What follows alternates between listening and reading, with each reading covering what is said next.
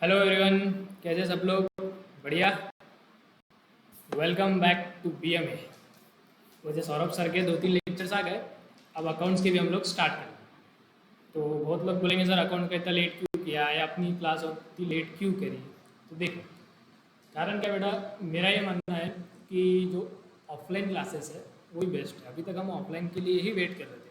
हमको लगा कि ऐसा परमिशन मिल जाएंगे, लेकिन हम ना तो परमिशन मिल रही और इतना डिले हो रहा। अब कब मिलेंगे ये भी कोई गारंटी है नहीं। तो इस वजह से अपने को मजबूरन ऑनलाइन क्लासेस स्टार्ट करना पड़ा। थेरोटिकल सब्जेक्ट के लिए ठीक है, एसपी ओसी इकोनॉमिक जैसे सब्जेक्ट के लिए, लेकिन अकाउंट्स में ऑनलाइन क्लासेस में दिक्कत क्या है? अकाउंट जैसा प्रैक्टिकल सब्जेक्ट मुझे आपके रिएक्शन देख के डिसाइड करना पड़ता है कि कितना इसको और समझाना या फिर किसी और अलग तरीके से समझाना है ना। या फिर दुनिया भर की क्वेरीज आती है। मान लो हम फाइनल अकाउंट से क्वेश्चन देखें तो इतनी सारी एडजस्टमेंट है, हो सकता है कि क्वेश्चन में 8-10 क्वेरीज हो। तो ऑनलाइन तो इतना पॉसिबल है नहीं। फिर चाहे आप जूम पे ले लो, लाइव ले लो या अपलोड कर लो, कुछ भी कर लो, वो इतना this online can not perfectly substitute और ऑफलाइन क्लासेस और face to face classes. But ठीक है, अब क्या कर सकते हैं, मजबूर हमको स्टार्ट तो करना ही है। लेकिन जो भी ऑनलाइन क्लासेस के डिसएडवांटेजेस है उसको हम लोग दूर कर सकते हैं। उसके लिए हम लोग क्या करेंगे, देखो लेक्चर्स तो आएंगे आपको। अभी स्टार्टिंग में तो इस पर ही रहेंगे अपना यूट्यूब पे। फिर बाद में यदि देखेंगे कि कुछ ज़्यादा ही दिक्कत जा रही है तो फिर वो जूम या उस पर देखेंगे। लेकिन बिलीव में वो इतना इफेक्टिव नहीं है। कभी आवाज़ चल जाती, कभी टीचर अटक जाता, कभी क्या। अगर मैं चला गया आपके यहाँ पे, मान लो नेटवर्क की प्रॉब्लम रही तो बस उतने टाइम के लिए अवेलेबल है, बाद में डबल तो मिलने वाला है नहीं। इसका क्या एडवांटेज है, अगर आप लेट भी हो गए या इंटरनेट आपका ब्रेक भी हो गया तो डबल डाउनलोड कर सकते हैं या डबल देख सकते हैं। तो इस वजह से हम लोग स्टार्टिंग में तो भी एटलीस्ट जब तक हमारी आपकी देखने की ऑनलाइन से आप फैमिलियर नहीं हो जाते, स्टार्टिंग में हम लोग अपलोड यूट्यूब पे ही करेंगे, बाद में फिर देखेंगे। तो मैं बोल रहा था जो डिसएडवांटेजेस ऑनलाइन क्लासेस के उसको दूर हम कैसे कर सकते हैं। देखो लेक्चर्स तो आपके आ जाएंगे, फिर अगर आपकी कोई क्वेरीज है तो क्वेरीज आपने कहाँ सॉल्व करना, क्वेरीज आपने अपना जो ग्रुप है उस पर डिस्कस करना चाहिए। इसके 2-3 कारण हैं। एक मेन कारण क्या है, आप यदि मुझे पर्सनली पूछते हो या कॉल करते हो या मैसेज डालते हो तो हो सकता है मैं वो हाथों हाथ ना देख पाऊँ या उसमें बहुत ज़्यादा टाइम लग जाए। यदि आप ग्रुप पे क्वेरी डाल देते हो तो किसी और को यदि उसका आंसर आता है तो उसका आंसर उस पर ग्रुप पे दे देगा, तो आपकी क्वेरी जल्दी सॉल्व हो जाएंगी। दूसरा एक ये फ़ायदा है कि कभी कभी क्या होता है, सेम टाइप की जो क्वेरी रहती है जो कुछ डिफिकल्ट है, तो सेम टाइप की क्वेरी 10 बच्चों को होती है, तो सेम क्वेरी के लिए मैं 10 बार सबको एक एक बार बताते बैठूँ। तो उससे अच्छा क्या रहेगा, यदि आप ग्रुप पे क्वेरी डाल देंगे तो जिसके भी सिमिलर क्वेरी है सबको सारी एक साथ सॉल्व हो जाएंगी। तो जितने भी क्वेरीज के जो डिस्कशन रहेंगे वो लोग हम लोग ग्रुप पे करेंगे। यदि ग्रुप पे भी सॉर्ट आउट नहीं होते तो फिर हम लोग देखेंगे वीडियो कॉल या गूगल मीट या जैसा भी। लेकिन प्राइमरली अभी इतना समझो कि क्वेरीज जो है हम लोग व्हाट्सएप ग्रुप पे डिस्कस करें, ठीक है। सर एक दूसरा है मुद्दा है नोट्स। नोट्स का क्या करना है? देखो सबसे पहले तो आपको टेक्स्ट बुक लगेंगे, टेक्स्ट बुक आप खरीद लो, टेक्स्ट बुक इज़ मस्ट, उसके बिना जमता ही नहीं। आप बोलेंगे सर पीडीएफ है, पीडीएफ में देखो क्या है, हम लोग जब सॉल्व करते हैं तो एडजस्टमेंट रहती है फाइनल अकाउंट में, हर एक चैप्टर में एडजस्टमेंट रहनी चाहिए। तो हम लोग क्या करते हैं, जो ऊपर वाले ट्रायल बैलेंस वगैरह उसमें स्टार मार्क कर लेते हैं, पीडीएफ में तो मार्क कर नहीं पाएंगे। जब अपन नीचे आते हैं तो अपन भूल जाते हैं। बहुत से लोगों ने नोटिस भी किया होगा, यदि जो पीडीएफ से फाइनल अकाउंट का सॉल्व किया होगा तो उसमें उसकी वजह से आपका गलत हुआ होगा, कुछ छूट गया या कुछ रह गया।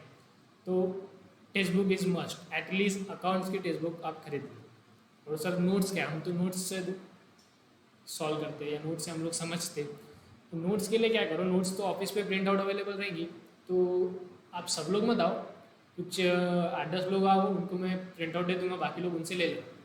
उन्हें एक काम करते, मैं नाम ही बता देता कुछ 8-10 लोगों का। तो इन्होंने ही ऑफिस पर आना और प्रिंट आउट ले लेना, बाकी सारे प्रिंट आउट मैं इनके पास दे दूँगा, बाकी लोगों ने इनसे कॉन्टैक्ट कर लेना। गर्ल्स में कोई भी 3-4 लोग आ जाओ। आंचल हो गया, हो गई एक, वीना हो गई, हाँ, प्रांजल और कृष्ण। गर्ल्स में 4 लोग ऑफिस पर आइए, मैं आपके पास नोट्स दे दूंगा, बाकी बच्चों की भी, बाकी गर्ल्स ने इनसे कांटेक्ट करके नोट्स ले लो। क्योंकि क्या हो जाएगा, सब एक साथ आ जाएंगे ना तो यहाँ पे गर्दी हो जाएंगी, तो थोड़ी दिक्कत जा सकती है। और बॉयज़ में ले लो कोई भी 4-5, भूपेश, अपना ओम, देन जयेश,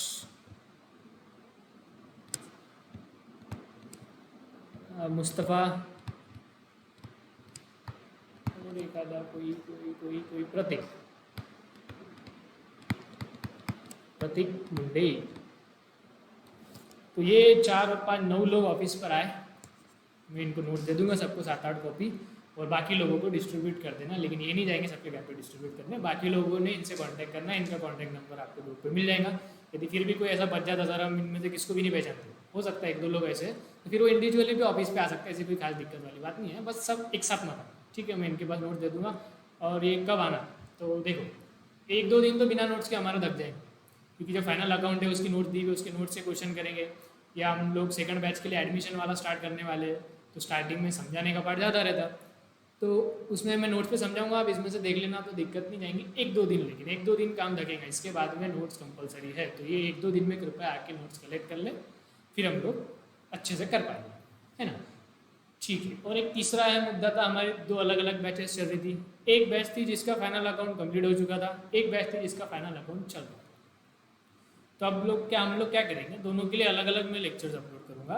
पुरानी बैच के लिए फाइनल अकाउंट का, नई बैच के लिए एडमिशन ऑफ पार्टनर करके 3rd चैप्टर है हमारा अकाउंट्स में, वो वाला। तो अब मैं जब भी ये टर्म यूज़ करूँगा पुरानी बैच और नई बैच, तो पुरानी बैच से मेरा मतलब ये रहेगा कि जो जिनका फाइनल अकाउंट कंप्लीट हो चुका था, और नई बैच से मेरा मतलब ये रहेगा जिनका फाइनल अकाउंट चल रहा था, ठीक है। तो सर ये वाला लेक्चर किसके लिए, ये वाला लेक्चर है फाइनल अकाउंट का, मतलब ये वाला लेक्चर है नई बैच के लिए। तो सर पुरानी वाली बैच में नहीं देखना है, नहीं देखना चाहिए।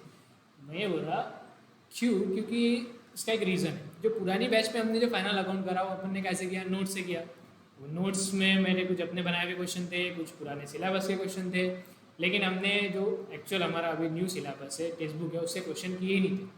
क्यों, क्योंकि टेक्स्ट बुक ही नहीं आई थी। अब टेक्स्ट बुक आ गई, तो अब जो हम फाइनल अकाउंट करेंगे यहाँ पे, ये नई टेक्स्ट बुक के क्वेश्चंस करने वाले। तो पुराने लोगों को मैंने होमवर्क दिया था, बहुत से लोगों ने किया होगा, किसने नहीं किया होगा, या किया भी होगा तो क्वेरीज होंगी।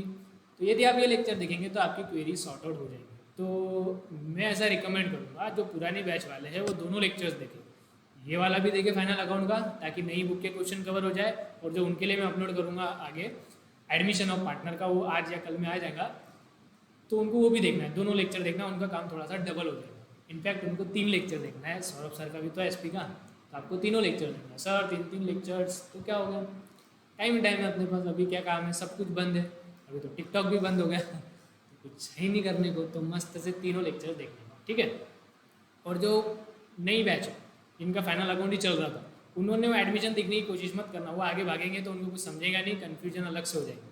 तो वो सिर्फ इतना देखे और सौरभ सर का देखे, और जिनका फाइनल अकाउंट होगा तो वो ये भी देखे, एडमिशन भी देखे और सौरभ सर का भी देखे, मतलब 3 लेक्चर रोज का, ठीक है। ठीक है, तो हम स्टार्ट करेंगे final account. Final account start करने से पहले, डायरेक्ट क्वेश्चन पे जंप करने से पहले, हम लोग पिछला थोड़ा बहुत रिवाइज कर लेते, क्योंकि अब इतने 3-4 महीने हो गए तो हो सकता भूल गए, तो एक बार फटाफट हम लोग रिवाइज करेंगे। आप लोगों को मेरा साथ देने का है, आप लोगों को भी बातें करने की है, बातें मतलब बोलने का है, जो मैं आपको पूछूंगा, ठीक है। फाइनल अकाउंट की रिवीजन देखनी है, फटाफट देखिए। फाइनल अकाउंट में सबसे पहले बताओ क्या क्या चीज़ें हम बनाते हैं, जल्दी जल्दी। फाइनल अकाउंट में हम लोग बनाते थे 3 चीज़, कौन सी सर? सबसे पहले हम लोग बनाते थे ट्रेडिंग अकाउंट, उसके नीचे बनाते थे P&L अकाउंट। P&L अकाउंट का मतलब क्या होता है बेटा? Profit and loss account. इसको P&L बोलते हैं, P&L नहीं बोलते, कुछ लोग P&L बोलते हैं। P&L profit and loss account. Third बनेगा हमारा बैलेंस शीट, है ना, याद है ना? ठीक है, फटाफट बताओ किसमें क्या जाता है? ट्रेडिंग अकाउंट में क्या जाता है, बताओ बोला सर। ट्रेडिंग अकाउंट में ना सारे नहीं, कुछ एक्सपेंसेस और कुछ इनकम, बरोबर? हाँ बरोबर। प्रॉफिट एंड लॉस में क्या जाता फिर? सर प्रॉफिट एंड लॉस में भी कुछ एक्सपेंसेस, ओके, और कुछ इनकम, ठीक है। बैलेंस शीट में, सर बैलेंस शीट में जाता है एसेट, लायबिलिटीज, और एक चीज जाती, बताओ फटाफट। एज बैलेंस शीट में तीसरी चीज क्या जाती? Capital, okay. अब देखो, आपको पता है मेरे पढ़ाने की स्टाइल, मैं लैपटॉप में लिखता हूँ, रिकॉर्डिंग भी करना, मिक्स भी करना, आवाज़ अलग, तो इसमें क्या हो सकता है, आपको थोड़ी बहुत दिक्कत जा सकती है। दिक्कत इन द सेंस, जब मैं लिख रहा तो हो सकता है आपको ठक ठक ठक ठक ऐसी आवाज़ आ रही हो, या हो सकता है कभी कभी मैं बीच में गायब हो गया, या हो सकता है सर मेरा चेहरा काला पड़ गया। तो जब कुछ भी दिक्कत हुई तो उसको इग्नोर करने का, अपने को मेन ध्यान कैसे पे देने का कंसेप्ट, कंसेप्ट समझना इंपॉर्टेंट है, मैं दिख रहा है नहीं दिख रहा है कैसा दिख रहा है उससे ज़्यादा इंपॉर्टेंट है, या आवाज़ आ रही है उससे ज़्यादा इंपॉर्टेंट है कंसेप्ट समझना, ठीक है। तो ये थोड़ी बहुत डिस्टर्बेंस यदि हो रहा है तो please ignore that. Okay, let's continue. तो ट्रेडिंग में जाता है expense income, profit and loss में जाता है एक्सपेंस इनकम, बैलेंस शीट में जाता है एसेट लायबिलिटी और कैपिटल। तो सर ट्रेडिंग में जो एक्सपेंस और पीएनएल में जो एक्सपेंस है इसमें क्या फ़र्क है? ट्रेडिंग में जो इनकम है पीएनएल में इनकम है, जो क्या फ़र्क है? आपने तो इसमें भी एक्सपेंस लिख दिया, इसमें भी एक्सपेंस लिख दिया, इसमें भी इनकम लिख दी, इसमें भी इनकम लिख दी। जी हाँ, उसमें फ़र्क है, कुछ एक्सपेंस ट्रेडिंग में जाते हैं, कुछ एक्सपेंस पीएनएल में जाते हैं। ठीक है, देखते हैं। देखो, मान लो ये है अपना ट्रेडिंग अकाउंट और ये है अपना प्रॉफिट एंड लॉस अकाउंट, और हाथों हाथ बैलेंस शीट भी देख लेते फिर साइड में। ये हमारी बैलेंस शीट, ये क्या था बेटा? Trading account. ये क्या था? Profit and loss account. और साइड में क्या बनाया? Balance sheet. ठीक है, ये हो गया ट्रेडिंग का डेबिट साइड, ये ट्रेडिंग का क्रेडिट साइड। ये प्रॉफिट एंड लॉस का डेबिट साइड और ये प्रॉफिट एंड लॉस का क्रेडिट साइड। बैलेंस शीट में डेबिट और क्रेडिट नहीं रहता। क्यों नहीं रहता, कोई बता सकेगा? देखो, यदि आपने गौर किया होगा तो ट्रेडिंग के सामने क्या लिखते हैं अपन? Account, trading account. Profit and loss के सामने क्या लिखते हैं? Profit and loss account. Balance sheet के सामने ऐसा लिखते हैं क्या? Balance sheet account? नहीं, क्योंकि बैलेंस शीट एक अकाउंट नहीं है, इट्स जस्ट एन स्टेटमेंट। एक स्टेटमेंट है, स्टेटमेंट में डेबिट और क्रेडिट नहीं रहता। बैलेंस शीट में एसेट और लायबिलिटी साइड है ना। ठीक है, तो ट्रेडिंग के डेबिट में क्या लिखेंगे? ट्रेडिंग के डेबिट में एक्सपेंसेस लिखेंगे। अब देखो, आपको दिक्कत कम जाए इसके लिए मैं कर्सों में लिखने की कोशिश कर रहा हूँ। वैसे मुझे इतने कुछ खास आती नहीं, तो राइटिंग थोड़ी ख़राब हो गई, तो प्लीज़ एडजस्ट कर लो। एक्सपेंसेस देन इनकम, आए कैसे लिखते हैं? ऐसे लिखते ना, इनकम। प्रॉफिट एंड लॉस में भी एक्सपेंसेस मिक्स रहेगा अपना, कर्सो राइटिंग भी और सादी राइटिंग भी, और इनकम। सर फर्क क्या है? देखो बेटा, फर्क ये है, जो ट्रेडिंग में एक्सपेंस जाता है उसको हम लोग बोलते हैं डायरेक्ट एक्सपेंस, और ट्रेडिंग में जो इनकम जाती है उसको बोलते हैं डायरेक्ट इनकम।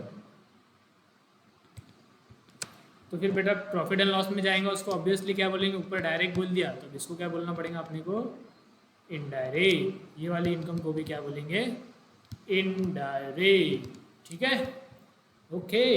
बैलेंस शीट में इधर जाते हैं सारे एसेट्स और इधर जाती है सारी लायबिलिटीज। लायबिलिटी के ऊपर क्या रहता? कैपिटल।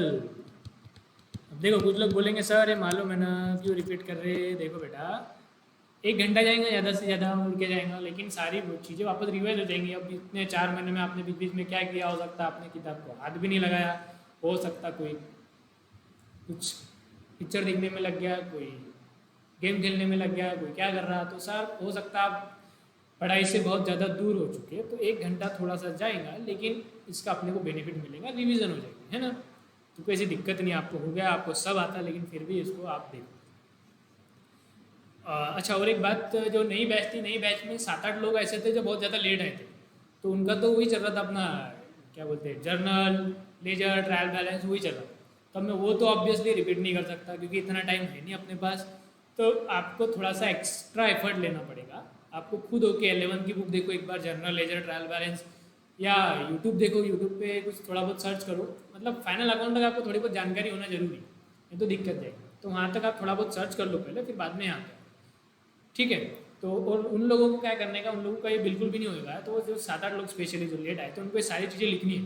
तो आप क्या करो, इस वीडियो को पॉज करो और स्क्रीनशॉट ले लो या फिर लिख लो। एक काम करो, स्क्रीनशॉट मत लो, क्योंकि स्क्रीनशॉट लेके गैलरी में पड़े हुआ रहता है, कोई देखता नहीं उसको डबल। तो उससे अच्छा आप इसको लिख लो, पॉज करो और इसको लिख लेना। सारी चीज़ें आपको लिखनी है उन 7-8 बच्चों को, नए जो नए आए, और जो पुराने आए थे उनको सिर्फ देखने का है, प्रवचन सुनने का, ठीक है। सर अब ये बताओ कि डायरेक्ट एक्सपेंस में क्या क्या जाएगा और इनडायरेक्ट एक्सपेंस में क्या क्या जाएगा। याद है क्या सबको? अपन ने कैसे बाइफरकेट किया था, कौन से एक्सपेंस ट्रेडिंग में जाएंगे, कौन से एक्सपेंस प्रॉफिट एंड लॉस में जाएंगे। उसके लिए अपन ने देखी थी एक डायग्राम, याद होना चाहिए, बिल्कुल याद होना चाहिए। कैसे देखी थी हमने डायग्राम? बीच में हमारी ऐसी एक शॉप थी, फिर हम लोग खरीद के ला रहे थे अमेरिका से, यूएसए से, बेच रहे थे जापान में, तो इधर वाले खर्चे सारे ट्रेडिंग में, इधर वाले खर्चे सारे प्रॉफिट एंड लॉस में। तो वो डायग्राम हम लोग एक बार रिपीट कर लेते हैं।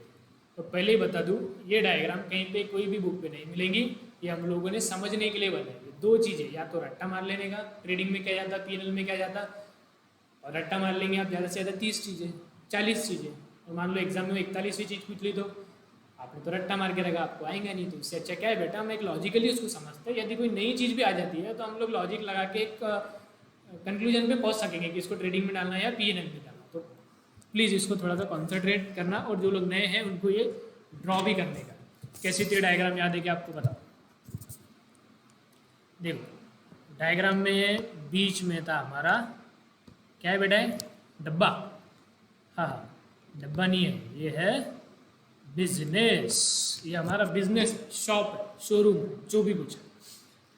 हम लोग क्या करेंगे, यहाँ से कहीं से दूर दराज एरिया से परचेस करके लाएंगे। एक छोटी सी कहानी देखी थी हमने कि यहाँ से परचेस कर रहे हैं, यहाँ से सेल कर रहे हैं, यहाँ से परचेस कर रहे हैं, और यहीं पे ये वाली साइड में कहीं पे हम लोग दूर किसी को सेल करेंगे। ठीक है, दिख रहा ना आपको, बरोबर दिख रहा हो। परचेस सेल, बीच में हमारा क्या है, बिजनेस। हाँ, यहाँ पर क्या था, बोलो बोलो क्या है, आप लोग भी मेरे साथ बोलते जाओ, है ना। थोड़ा सा बड़बड़ करते जाओ, लगने चाहिए घर वालों को कि पढ़ाई कर। मैं तो मालूम ही नहीं पड़ रहा, पढ़ाई कर रहा बच्चा मोबाइल में या कोई वेब सीरीज देख रहा, ये पबजी खेल रहा। तो क्या करने का था, बीच बीच में ऐसे लाइबिलिटी ऐसा जोर जोर से चिल्लाते रहने का था। घर वालों को मालूम पड़ना चाहिए बेटा पढ़ाई कर रहा हूँ। ये क्या है बेटा, फैक्ट्री है, देखो धुआं भी निकल रहा फैक्ट्री में से। ये है हमारी फैक्ट्री। ये थोड़ा सा लिखने में मेरे को प्रॉब्लम जा रही, क्योंकि क्या मेरे को लैपटॉप थोड़ा ऐसा टेढ़ा करके फिर लिखना पड़ रहा, तो थोड़ा स्लो हो रहा, बट अच्छा होगा। इधर क्या था बेटा, इधर था warehouse. Sir warehouse म्हणजे काय असते बेटा, वेयर हाऊस म्हणजे, वेयर हाऊस म्हणजे असते गोडाऊन। देन इधर थी एक हमारी बैंक। ये क्या है बेटा, बैंक। मंदिर नहीं है, ये बैंक है। मंदिर जैसा दिख रहा, लेकिन इसको क्या मानने का, बैंक। तो ये हमारे सारे डायग्राम के या कहानी के पात्र है। Business, purchase, factory, warehouse, bank, sale हम इधर करें। ठीक है, अब हम लोग क्या देखेंगे फटाफट इसमें एग्जाम्पल देख लेंगे एक्सपेंसेस। और ये जो हमारा बीच में थी, ये थी एक लाइन, इमेजिनरी लाइन। अभी बहुत जोर से आवाज़ आ रही होंगी आपको, ठाक ठाक ठाक ठाक ठाक ठाक ठाक ठाक। ये थी इमेजिनरी लाइन। ठीक है, तो अब जब हम परचेस करके लाएंगे, तो परचेस कैसे करेंगे बेटा, परचेस करेंगे हम लोग, परचेस करके लाएंगे। कैसे लाएंगे, तो ये कुछ ना कुछ एरोप्लेन में लाएंगे, ट्रक में लाएंगे, बस में लाएंगे, ट्रेन में लाएंगे। तो ये जो खर्चा है इसको क्या बोलते हैं, ट्रांसपोर्टेशन खर्चा। लेकिन परचेस से लेके बिजनेस तक का जो ट्रांसपोर्टेशन का रहता, उसको हम लोग एक स्पेशल नाम देते। क्या नाम देते बेटा, कैरेज इनवर्ड। कैरेज की स्पेलिंग गलत हो गई, ठीक है, कैरेज इनवर्ड। और जब हम बिजनेस से कहीं पे सेल करेंगे तो ये टाइम पे भी ट्रांसपोर्टेशन का खर्चा लगेगा। इसका स्पेशल नाम था कैरेज आउटवर्ड। सर दोनों को अलग अलग नाम काहे दिए बेटा, दोनों को अलग अलग नाम इस वजह से दिए क्योंकि ये दोनों अलग अलग जगह जाएंगे। एक जाएगा ट्रेडिंग में, एक जाएगा पीएनएल में। तो सारे अलग अलग नाम आपको याद होना अनिवार्य है। अनिवार्य है मतलब जरूरी है। और इनवर्ड मतलब है बिजनेस के अंदर आ रहा था, इसके लिए कैरेज इनवर्ड, और सेल के टाइम पे बिजनेस के बाहर जा रहा है इसलिए कैरेज आउटवर्ड। और क्या क्या एक्सपेंस होंगे बोलो फटाफट। देखो फैक्ट्री, फैक्ट्री में एक्सपेंस होंगे। क्या एक्सपेंस हो सकते हैं सर, फैक्ट्री यदि भाड़े की है तो रेंट देना पड़ेगा, फैक्ट्री रेंट। सर फैक्ट्री में बाकी के कोई भी एक्सपेंस ले लो यार, कोई भी लो, फैक्ट्री एक्सपेंसेस। अच्छा फैक्ट्री में जो इलेक्ट्रिसिटी रहती है उसका एक स्पेशल नाम था, कितने लोगों को याद हो, बोलो थोड़ा जोर से बोलो, सबको सुना आना चाहिए आजू बाजू वाले को। Motive power, motive power. Factory में लगने वाले इलेक्ट्रिसिटी का एक स्पेशल नाम है मोटिव पावर। यहाँ पे अकाउंट्स में हमको नाम रखने की बहुत आदत है, मतलब अलग अलग एक्सपेंसेस को अलग अलग नाम देने की बहुत आदत है, तो सारे नाम ध्यान में रहने चाहिए। Motive power. बिजनेस, बिजनेस में कौन थे, अच्छा यहाँ पे देखो जब अनलोड करेंगे, अनलोडिंग चार्जेस बोलो, अनलोडिंग चार्जेस, या फिर वेजेस बोलो। अच्छा और एक था बिजनेस चालू करने के पहले जो ओरिजिनल क्रिएटर रहता है उसको अपन पेमेंट करते हैं, उसको क्या बोलते हैं, रॉयल्टी। वो भी बेटा किधर देनी पड़ती है, फैक्ट्री में चालू करने के पहले ही देने पड़ता सब कुछ, तो रॉयल्टी भी इधर आ जाती है। फिर हो सकता है अपने को बॉर्डर पे टैक्सेस देने पड़ते हैं, 2-3 टाइप के टैक्सेस रहते हैं, कौन कौन से रहते हैं, कस्टम ड्यूटी और एक ऑक्ट्राय भी था, अब नहीं है, जीएसटी आया जब से बंद हो गया, लेकिन हमारे क्वेश्चंस में है, बुक हमारी नहीं आई लेकिन इन्होंने अभी भी पुराने कंसेप्ट छोड़े नहीं। तो ऑक्ट्राय भी एक प्रकार का एक्सपेंस है, तो वो भी सब हमारा इधर ही लगता है। बोलने का मतलब ये था, जो हमारी लाइन ड्रॉ करें ना ये वाली, तो ये बिजनेस तक लाने तक के सारे खर्चे हुए। अब बिजनेस में गुड्स आ गया, अब इसके बाद में कौन कौन से खर्चे होंगे? देखो सर, बिजनेस के अंदर बहुत सारे भिन्न भिन्न प्रकार के एक्सपेंसेस हो सकते हैं। थोड़ा ऐसा लिखना पड़ रहा तो दिक्कत जा रही है, कोई बात नहीं, आपके लिए थोड़ी बहुत दिक्कत सहन कर लेंगे, है ना। बिजनेस में कौन से एक्सपेंस होंगे? बिजनेस में सर शॉप में इलेक्ट्रिसिटी लगेगी, जी हाँ सर। शॉप में कोई एम्प्लॉय होंगे, उसको देना पड़ता सैलरी, जी हाँ सर। बिजनेस यदि भाड़े से है तो क्या देंगे? रेंट। इधर वेयर हाउस भी यदि भाड़े से है तो वेयर हाउस को क्या देंगे? रेंट। उसको क्या बोलेंगे बेटा अपन? Warehouse rent. Bank, bank को भी क्या देंगे? रेंट। बैंक को रेंट नहीं देते बेटा, बैंक में क्या खर्चा आएंगे? बैंक में आएंगे सर बैंक चार्जेस, या बैंक में यदि हमने लोन लेके रखा तो क्या देना पड़ेगा बेटा? इंटरेस्ट, है ना। तो ये सारे मोटा मोटी दुनिया भर के एक्सपेंस को कभी खत्म नहीं होने वाले, तो सिर्फ आपने लॉजिक ध्यान में रखने का, बिजनेस तक लाने तक के खर्चे अलग और बिजनेस में आ गए उसके बाद के सारे खर्चे अलग। तो सर हमारा लॉजिक क्या बोलता? हमारा लॉजिक ये बोलता, जो लाइन ड्रॉ करी इमेजिनरी लाइन, बिजनेस तक लाने तक के जितने भी खर्चे हैं, गुड्स को बिजनेस तक शटर के बाहर लाने तक जितने भी खर्चे हैं, सारे खर्चे जाएंगे ट्रेडिंग अकाउंट में। और शटर के अंदर के सारे खर्चे या सेल करने के टाइम के सारे खर्चे कहाँ जाएंगे? प्रॉफिट एंड लॉस अकाउंट में। मतलब लाइन के इधर वाले जाएंगे ट्रेडिंग में, लाइन के इधर वाले जाएंगे प्रॉफिट एंड लॉस अकाउंट में। ये सिर्फ और सिर्फ किसके लिए है बेटा? ये जो लॉजिक है ना, ये लॉजिक सिर्फ काम करता एक्सपेंस के लिए। मतलब यहाँ पे जो हमने लिखा था ना, डायरेक्ट एक्सपेंस डायरेक्ट इनकम, तो ये दो चीज़ों को बाइफरकेट करने के लिए ये डायग्राम बहुत रामबाण साबित होगी, मतलब बहुत उपयोगी साबित होगी। ये इनकम के लिए नहीं है, तो इनकम में ये लॉजिक नहीं लगाना कि direct income indirect income. Income के लिए अलग लॉजिक है, अभी हम 2 मिनट बाद देखेंगे। तो ये सिर्फ और सिर्फ किसके लिए? एक्सपेंस के लिए। मतलब फाइनल अकाउंट के क्वेश्चन में ट्रायल बैलेंस दिया रहता, ट्रायल बैलेंस में 10-20 एक्सपेंस रहेंगे, तो कौन सा एक्सपेंस ट्रेडिंग में डालना, कौन सा पीएनएल में डालना। तो ऐसा आंखें बंद करके डायग्राम ध्यान में रखने का। डायग्राम के लाइन के इस तरफ वाले सारे एक्सपेंस ट्रेडिंग में, इस तरफ वाले सारे एक्सपेंस प्रॉफिट एंड लॉस में। बिलीव मी, ये डायग्राम बहुत ज़्यादा कारगर साबित होगी। नहीं तो आप दूसरे बच्चों को पूछेंगे तो वो क्या करते हैं? रट्टा मारते, ट्रेडिंग में ये, पीएनएल में ये, फिर बाद में जंबलक होता है। और एग्जाम में श्योर शॉट कोई ना कोई एक ऐसी चीज़ आएंगी जो आपसे कभी देखी नहीं होगी, तो आप वहाँ पे फंस जाएंगे। तो उससे रट्टा मारने से अच्छा डायग्राम को 2 मिनट समझने का और ध्यान में रखने का, जिंदगी भर आपको काम है। ये मैंने खुद ने, जब मैं फाउंडेशन में था, सीपीटी था टाइम पे, उस टाइम पे मैंने खुद ने ऐसा बैठ के थोड़ा सा बनाया था डायग्राम की, ऐसा हम लोग याद करेंगे। तो ऐसे छोटी मोटी ट्रिक्स हम लोग देखेंगे हर चीज़ के लिए, रट्टा कुछ भी नहीं मारेंगे, हर चीज़ के लिए कुछ ना कुछ लॉजिकल ट्रिक देखेंगे ताकि अपने को ध्यान में रहे, है ना। तो अब जो नए नए बच्चे जुड़े हैं, बहुत सारे बच्चे नए जुड़े हैं, तो वो बच्चे क्या करेंगे? अभी वीडियो को ये वाले पॉइंट पे करेंगे पॉज और इसको डायग्राम को निकालेंगे, स्क्रीनशॉट नहीं लेंगे। मेरा अनुभव बोलता है स्क्रीनशॉट आप गैलरी में पड़े हुए रहते थे, देखते नहीं, पॉज करने का और निकालने का हाथों हाथ आएगा। जिन्होंने निकाली हुई है कोई दिक्कत नहीं, ठीक है। हम आगे बढ़ते हैं, नए लोग पॉज करके इसको निकालो, हम लोग आगे बढ़ते हैं। ठीक, तो सर ये एक्सपेंस हमारे को समझ में आ गया, बहुत बढ़िया। तो ये लॉजिक से देखो, एक बार फटाफट देख लेते। आप क्या करो, आपके जो नोट्स दी हुई है फाइनल अकाउंट की, वो नोट्स में जाके एक बार ट्रेडिंग में देख लो। ट्रेडिंग में ये सारे एक्सपेंस आपको ट्रेडिंग में दिखेंगे। या जो नए लोग हैं उनको भी थोड़ा बहुत तो पता ही होगा, 11वीं में कुछ ना कुछ तो पढ़े ही होंगे, तो ये सब आपको ट्रेडिंग वाले आइटम दिखेंगे। देखो, परचेज कहाँ जाता बेटा? ट्रेडिंग में। कैरेज इनवर्ड कहाँ जाता? ट्रेडिंग में। कस्टम ड्यूटी ट्रेडिंग में। ऑक्ट्राय ट्रेडिंग में। वेजेस अनलोडिंग चार्जेस ट्रेडिंग में। रॉयल्टी ट्रेडिंग में। मोटी पावर ट्रेडिंग में। फैक्ट्री एक्सपेंस ट्रेडिंग में। फैक्ट्री रेट ट्रेडिंग में। ये सारी चीज़ें ट्रेडिंग में। और इधर वाली सारी चीज़ें प्रॉफिट एंड लॉस में। Carriage outward profit and loss में। सैलरी पीएनएल में। रेंट पीएनएल में। इलेक्ट्रिसिटी पीएनएल में। प्रॉफिट एंड लॉस और पीएनएल मतलब एक ही बात है, उसका shortcut. Warehouse rent PNL में। बैंक चार्जेस पीएनएल में। अच्छा सर, फिर सेल भी पीएनएल में। नहीं बेटा, सेल क्या है, इनकम है, और ये लॉजिक किसके लिए है, सिर्फ और सिर्फ एक्सपेंस के लिए ये लॉजिक है, इनकम के लिए नहीं है। तो ये इनकम के लिए लॉजिक नहीं लगाना है, सिर्फ खर्चे को ये लॉजिक लगाना है, सेल ट्रेडिंग में जाता है। ठीक है, तो ये सारी चीज़ें आप स्क्रीनशॉट लीजिए और इसको लिख लीजिए। चलो हम लोग बढ़ते हैं आगे। अब आगे क्या सर, एक्सपेंस का तो देख लिया हमने, आपने बता दिया कि एक्सपेंस कौन थे ट्रेडिंग में आते, कौन थे पीएनएल में। फिर देखेंगे इनकम कौन थी, इनकम ट्रेडिंग में, कौन थी इनकम पीएनएल। तो पुराने बच्चे हमारे साथ जुड़े हुए हैं, बताओ फटाफट इनकम को कैसे बाइफरकेट किया था। देखो बच्चों, हमने क्या बोला था, ये है ट्रेडिंग अकाउंट। ट्रेडिंग अकाउंट के जो क्रेडिट साइड रहती ना, क्रेडिट साइड, हाँ सर रहती ना, बिल्कुल रहती। क्या करना उसका, देखो ये क्रेडिट साइड में हम लोग लिखते हैं इनकम।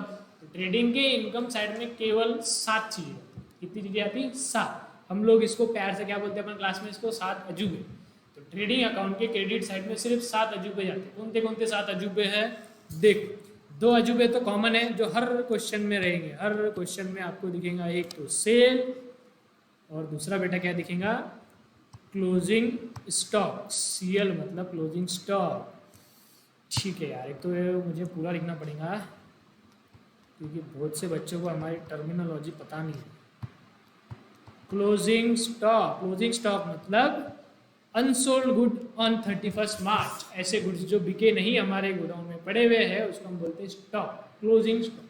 तो ये 2 चीज़ें जाएंगी ट्रेडिंग में। इसके अलावा इसके बीच में 5 चीज़ें, वो 5 चीज़ें हर क्वेश्चन में नहीं आएंगी, कुछ कुछ क्वेश्चन में आएंगी, और सारी 5 नहीं आएंगी। हो सकता है कुछ क्वेश्चन में 1 आई, 2 आई, 3 आई, 5 आई, लेकिन हम देख लेंगे ट्रेडिंग में कभी भी ये 7 चीज़ों के अलावा कुछ नहीं जाएगा। तो ये 2 चीज़ें तो हो गई सर, बची हुई 5 चीज़ें क्या है, देखो बच्चों बची हुई 5 चीज़ें ये है, गुड्स। गुड्स शब्द कॉमन है इसलिए मैं बार बार नहीं लिख रहा, हर चीज के आगे गुड्स लिखने का है। Goods lost by fire, goods lost in transit. ये थोड़ा स्लो हो रहा क्योंकि वो आवाज़ नहीं आनी चाहिए, इसलिए थोड़ा स्लो लिखना पड़ रहा है, मैंने तो बहुत ज़्यादा आवाज़ आएगी। Lost by fire, lost in transit. तीसरा क्या रहता बेटा, एक को लॉस रहता कोई तो भी, लॉस्ट बाय थेफ्ट, चोर लेके भाग गया, ओ नो। देन ओनर लेके भाग गया, ओनर लेके भागेगा नहीं, ओनर लेके घर पे जाएगा, उसको क्या बोलते हैं, गुड्स विथड्रॉन बाय ओनर बोलेंगे यहाँ पे, प्रोप्राइटर नहीं बोलेंगे। 11th में अपन प्रोप्राइटर बोलते थे क्योंकि 11th में सिर्फ सिंगल ओनर रहता था। फाइनल अकाउंट में हम बड़े बच्चे हो गए, 12th में हम लोग बड़े बच्चे हो गए, अब एक ओनर नहीं 2-4 ओनर रहेंगे, पार्टनर रहेंगे, उसको प्रोप्राइटर ना बताते हम लोग क्या बोलेंगे, गुड्स विथड्रॉन बाय ओनर। और एक और क्या रहता बेटा, goods distributed as free sample. ये 5 चीजें क्या क्या है बोलो फटाफट एक बार मेरे साथ रिवाइज करेंगे। Goods lost by fire, goods lost in transit, goods lost by theft, goods withdrawn by owner, goods distributed as free sample. Sir ये चीजें है क्या वैसे, देखो क्या रहता, अगर आप, ये तो एक लॉजिक होगा, लॉजिक में से 7 चीजें याद कर लो, इसमें क्या लॉजिक, ठीक है। लेकिन हम लोग एक लॉजिक ऐसा भी रहता है इसका, ट्रेडिंग अकाउंट का क्या रहता है, ट्रेडिंग अकाउंट में यदि आप देखेंगे तो इधर ट्रेडिंग अकाउंट में सबसे ऊपर क्या लिखते हैं बेटा अपन, ओपनिंग स्टॉक। ओपनिंग स्टॉक मतलब साल के शुरुआत में जो माल पड़ा हुआ था, वो क्लोजिंग स्टॉक जो इधर लिखते हैं वो साल के अंत में जो माल पड़ा हुआ था। तो इधर लिखते हैं अपन ओपनिंग स्टॉक, फिर लिखते हैं बेटा अपन इधर परचेज। तो बोलने का मतलब क्या है, जैसे फॉर एग्जाम्पल मान लो ये क्या है, डब्बा, डब्बा नहीं है नालायक, ये है बिजनेस, ये हमारा बिजनेस। तो मान लो हमारा बिजनेस है चेयर का, हमने लाई 100 चेयर्स परचेज करी, कितनी चेयर परचेज करी, 100 चेयर। पर हमारे बिजनेस में ना ऑलरेडी 50 चेयर पड़ी हुई थी, तो ये जो पहले से पड़ी हुई थी इसको क्या बोलते हैं अपन, ओपनिंग स्टॉक। और जो खरीद के लाया वो उसको अपन बोलेंगे परचेज। तो बेटा बिजनेस में कितनी टोटल चेयर हो गई, अब 100 + 50 150। मतलब जब भी कोई गुड्स, जब भी कोई माल बिजनेस के अंदर आता तो उसके अंदर आने के 2 ही जरिए, कौन से जरिए हैं, या तो हो सकता है पहले से हमारे पास पड़े हुआ, या दूसरा जरिया क्या है, हमने उसको परचेज करके लाया। खरीद के लाए। ये दो जरिए के अलावा तीसरा कोई जरिया नहीं है हमारे बिजनेस में माल या गुड्स आने का, ठीक। लेकिन जाने के बहुत सारे जरिए, ये बिजनेस के अंदर आ गया। बिजनेस के बाहर जाने के क्या क्या जरिए है देखो सर, मान लो इसमें से हमने 60 यूनिट सर बेच दिए थे, तो ये बेच दिए जो 60 यूनिट, उसको क्या बोलेंगे बेटा, सेल। सेल करेंगे तो बिजनेस के बाहर जाएगा ना। नेक्स्ट, अगर मान लो सिर्फ 60 बेच दिए, 150 में से 60 बेच दिए, कितने बचते बेटा, 50 और 40 90, तो क्या रहेगा हमारा, 90 रहेगा, क्लोजिंग स्टॉक में पड़ेगा, ठीक है। नॉर्मल नॉर्मल ऐसे होगा, नॉर्मल जो क्वेश्चंस रहेंगे 20-25 जो भी क्वेश्चन दी हुए बुक में, हमने 50-60 क्वेश्चन देखे, उसमें से 30-40 क्वेश्चन में यही दो चीज़ रहेंगी, मतलब सेल्स और क्लोजिंग स्टॉक। ट्रेडिंग के क्रेडिट साइड की बात चल रही है यहाँ पे, ट्रेडिंग के क्रेडिट साइड में ये दो चीज़ें आएंगी, कौन सी बेटा, सेल और क्लोजिंग स्टॉक। लेकिन कभी कभी क्या होता, जो हमने ऊपर देखा, कभी आग लग जाती, कभी चोर लेके भाग जाता, तो उसमें हम लोगों को करना पड़ता, ट्रेडिंग में लिखते। तो मेरा बोलने का मतलब ये था, मान लो 90 नहीं है क्लोजिंग स्टॉक में, जितने भी बचे वो क्लोजिंग स्टॉक में मान लो हमारे पास सिर्फ है 30, 60 और 3 90 ने 60 चीज़ें बची। 60 चीज़ों में से क्या हुआ देखो, मान लो हमारे को आग भी लग गई बिजनेस में, 10 गुड्स में लग गई आग, तो इसको क्या बोलते बेटा, goods lost by fire. Lost ऐसा क्यों हो गया सर, आग लग गई ना, इसके लिए लॉस थोड़ा सा कमजोर हो गया। 20 गुड्स जो है, 20 चेयर जो है, उसको क्या हुआ, गुड्स लॉस्ट इन ट्रांजिट। ये मेरे चेहरे के ऊपर आ रहा है क्या, इसको थोड़ा साइड में ले लेते हैं। गुड्स लॉस्ट इन ट्रांजिट, 10 20 30 हो गए, और मान लो 10 गुड्स हो गए, गुड्स, तीसरा क्या रहता है बेटा, चोरी हो गई, गुड्स लॉस्ट बाय थेफ्ट। हाँ सर, और क्या हो गया, 50 60 30 बचे, 20 ओनर लेके चले गया, उसको क्या बोलेंगे, गुड्स विड्रॉन बाय ओनर। जी हाँ, अब कितने बचे, 10 बचे, ये 10 को क्या हो गया, क्या बचा रहे, हाँ, goods distributed as free sample, ठीक है। अब 150 का हिसाब हो गया, देखो तो क्या हुआ, 150 गुड्स, 100 + 50 बिजनेस के, ऐसा दिखाना पड़ेगा, वो थोड़ा अपोजिट होता है, तो 150 गुड बिजनेस के अंदर आए, और 60 10 70 20 90 और 10 100 130 150 160, और ये 60 चीज़ें बिजनेस के बाहर चले गई, मतलब 60 नहीं है बेटा, पूरे 150 बिजनेस के अंदर आए, 150 बिजनेस के बाहर चले गए। तो जो भी बिजनेस के अंदर आता ना, ये सारी चीज़ें, इसको मान लो ये रहा तुम्हारा ट्रेडिंग अकाउंट, इसको करने का ऐसी लाइन, तो बिजनेस के अंदर जो भी आया वो कौन सी साइड में आएगा, डेबिट साइड में, परचेस और ओपनिंग स्टॉक, यही आता है डेबिट साइड में। और जो बिजनेस के बाहर जाने के जो भी जरिए हैं, ये सारे जरिए हम लोग लिखते हैं ट्रेडिंग के क्रेडिट साइड में, ठीक है। तो बोलने का मतलब, या तो 7 चीज़ें अपन याद कर लेंगे कि ये 7 अजूबे हैं जो ट्रेडिंग के क्रेडिट में जाते, या तो ऐसा ध्यान में रखने का, जो भी तरीके से बिजनेस के अंदर आता गुड्स, जैसे परचेज और ओपनिंग स्टॉक, तो इसको लिखेंगे डेबिट में, और जिस तरीके से गुड्स बिजनेस के बाहर जा सकता, उस सारे तरीकों को हम लोग लिखते हैं ट्रेडिंग अकाउंट के क्रेडिट साइड में। कौन थे थे एक बार फटाफट आखिरी बार मेरे साथ रिपीट करो, फिर हम आगे बढ़ते हैं। 7 चीज़ें कौन सी है, देखो सबसे पहले 2 चीज़ें बोलने का जो कि कॉमन है, कौन सी कॉमन है, सेल और क्लोजिंग स्टॉक। बची 5 चीज़ें क्या है, goods lost by fire, goods lost in transit, goods lost by theft, goods distributed as free sample, और गुड्स विड्रॉन बाय ओनर। इसका मीनिंग तो नाम पे समझ में आ रहा, तो मेरे को समझाने की जरूरत नहीं है मेरी, ठीक है।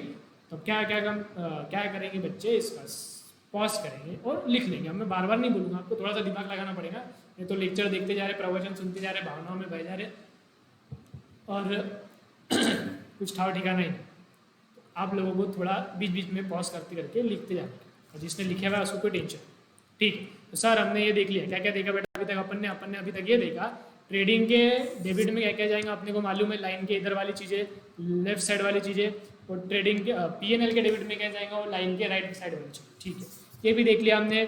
ट्रेडिंग के क्रेडिट में क्या जाएगा, वो 7 अजूबे ट्रेडिंग के क्रेडिट में जाएंगे।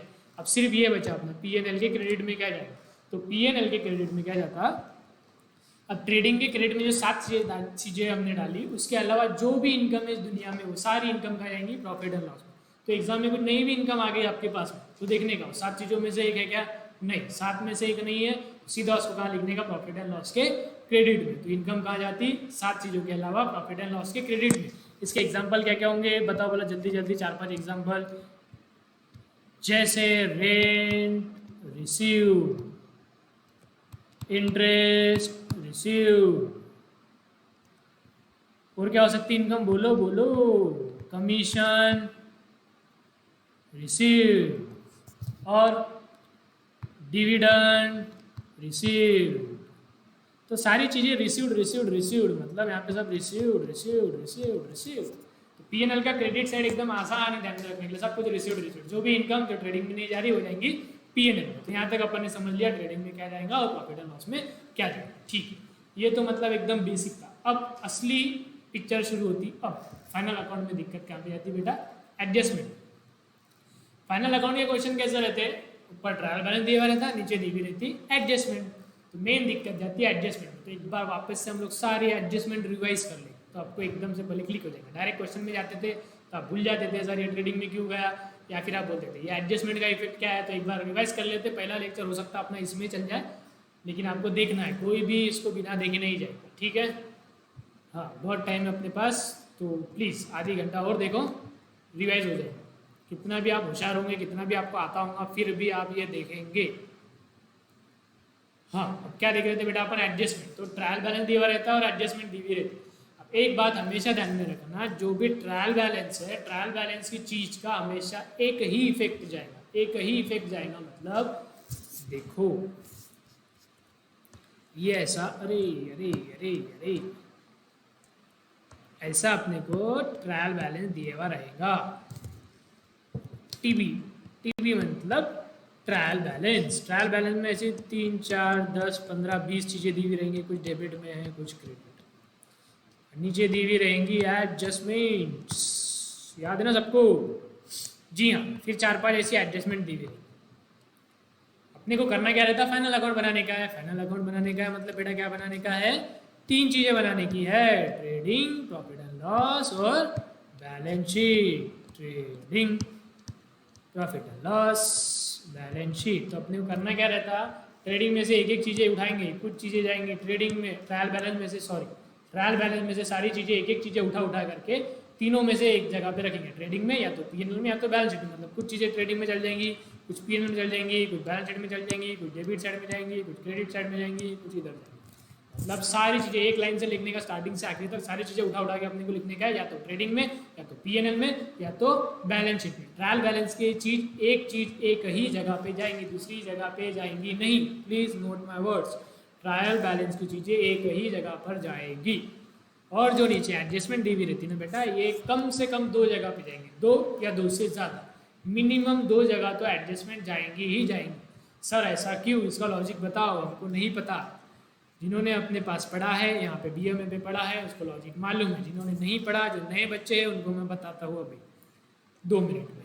तो एडजस्टमेंट के बेटा क्या रहेगा? 2 रैकेट जाएंगे। हो सकता है एक ट्रेडिंग में चलेगा, एक पीएनएल में चलेगा, हो सकता है एक पीएनएल में चलेगा, एक बैलेंस शीट में चलेगा, हो सकता है दोनों भी बैलेंस शीट में चलेगा। सर ये क्या किया? ऐसा स्पाइडरमैन का ये जाली लग रही। ठीक है, मेरा बोलने का उद्देश्य ये था, ट्रायल बैलेंस की चीज़ें जाएंगी एक जगह पे और एडजस्टमेंट की चीज़ें जाएंगी 2 जगह पे कम से कम। सर ऐसा क्यों? देखो आपको मालूम होगा ट्रायल बैलेंस कैसा बनता, कैसा बनता, कैसा बनता, कैसा बनता। ट्रायल बैलेंस कैसा बनता बोलने का मतलब, ट्रायल बैलेंस किस पर से देख के बनाते हैं? चलो जान दो, एक बार पूरा बता डबल से। सबसे पहले क्या बनाते हैं? जर्नल। जर्नल बना लेते, जर्नल एंट्री कर लेते, फिर जर्नल एंट्री को देख के हम लोग बनाते लेजर। जर्नल पे से देखते ये डेबिट में जाएगा, ये क्रेडिट में जाएगा, लेजर में। तो जर्नल को देख देख करके क्या बनाते हैं? लेजर। फिर लेजर को देख देख करके क्या बनाते हैं? Trial balance. फिर ट्रायल बैलेंस को देख देख करके बनाते हैं फाइनल अकाउंट, जो कि हम लोगों को अभी देखने का है ना। तो फिर सर जर्नल एंट्री क्या देख के बनाते हैं? बताओ भला जर्नल एंट्री क्या देख के बनाते हैं? जर्नल एंट्री के पहले तो कुछ रहता ही नहीं। तो जर्नल एंट्री बेटा क्या देखते हैं? जर्नल एंट्री के लिए हम लोग देखते हैं डॉक्यूमेंट्स, जिसको हम लोग बोलते हैं सोर्स डॉक्यूमेंट्स। तो ये चीज़ देख के हम लोग जर्नल एंट्री करते हैं। ठीक, तो मेरा ये कहना है, यदि कोई चीज़ जर्नल एंट्री में हमने रिकॉर्ड कर दी, तो जर्नल एंट्री में रिकॉर्ड कर दी, मान लो एक कोई भी जर्नल एंट्री लो बेटा, मान लो आपने लिया परचेस इन कैश, तो क्या जर्नल एंट्री आएंगी? Purchase account debit to cash account 10,000 ये अगर आपने जर्नल एंट्री पास कर दी तो बेटा जर्नल एंट्री पास करी तो बेशक ये परचेज और ये कैश उनके लेजर में गया होगा 10,000 गया होगा या नहीं गया होगा, बिल्कुल गया होगा। अगर ये लेजर में चले गया होगा तो बेटा ये परचेज जो दिखेगा ट्रायल बैलेंस में और ये जो कैश जो दिखेंगे ट्रायल बैलेंस में इसके अंदर ये 10,000 इंक्लूडेड होगा या नहीं होगा, बिल्कुल होगा। जर्नल में गया तो लेजर में भी गया, लेजर में गया तो ट्रायल बैलेंस में भी गया। तो क्योंकि वो ट्रायल बैलेंस में चले गया तो परचेज अलग से चले गया, कैश अलग से चले गया, तो ट्रायल बैलेंस में परचेज भी दिख रहा, कैश भी दिख रहा, तो इसलिए अपने को परचेज एक जगह पे उठा के लेके चल जाएंगे ट्रेडिंग अकाउंट में, कैश एक जगह पे उठा के लेके चल जाएंगे बैलेंस शीट में। यानी डबल डबल कुछ काम है कि नहीं, क्यों? क्योंकि इसकी जर्नल एंट्री हो गई थी इसलिए लेजर भी हो गया था, इसलिए वो ट्रायल बैलेंस में आ गया, इसलिए उसको एक ही जगह पे लेके जाने का दूसरा इफेक्ट उसका हो चुका। हर एक चीज़ को एक एक जगह पे लेके जाते हैं, इसके लिए ट्रायल बैलेंस में। लेकिन जो चीज़ एडजस्टमेंट में दी हुई उसका क्या रहता है, एडजस्टमेंट में जो चीज़ दी हुई है उसकी जर्नल एंट्री ही बाकी है, जर्नल एंट्री ही नहीं करी, मतलब ये चीज़ एंट्री ही नहीं करी। अब बताओ यही चीज़ अगर एडजस्टमेंट में दी हुई रहती थी, ये सेम चीज़ ट्रायल बैलेंस में न देते हुए वो बोलते थे नीचे एडजस्टमेंट में कि परचेज 10,000 नॉट रिकॉर्ड, ऐसा कुछ, ये चीज़ एडजस्टमेंट में दी हुई रहती तो अपने को क्या करना पड़ता था, क्योंकि वो जर्नल में भी नहीं गया, लेजर में गया होगा क्या, ऑब्वियसली नहीं गया, ट्रायल बैलेंस में दिख रहा होगा क्या, ऑब्वियसली नहीं दिख रहा होगा, इसी वजह से वो एडजस्टमेंट में नीचे दिख रहा। तो अब इसकी जर्नल एंट्री पास करनी पड़ेगी, और जब भी जर्नल एंट्री पास करते बेटा कम से कम 2 अकाउंट तो इफेक्ट होते ही होते, 2 से ज़्यादा भी होते।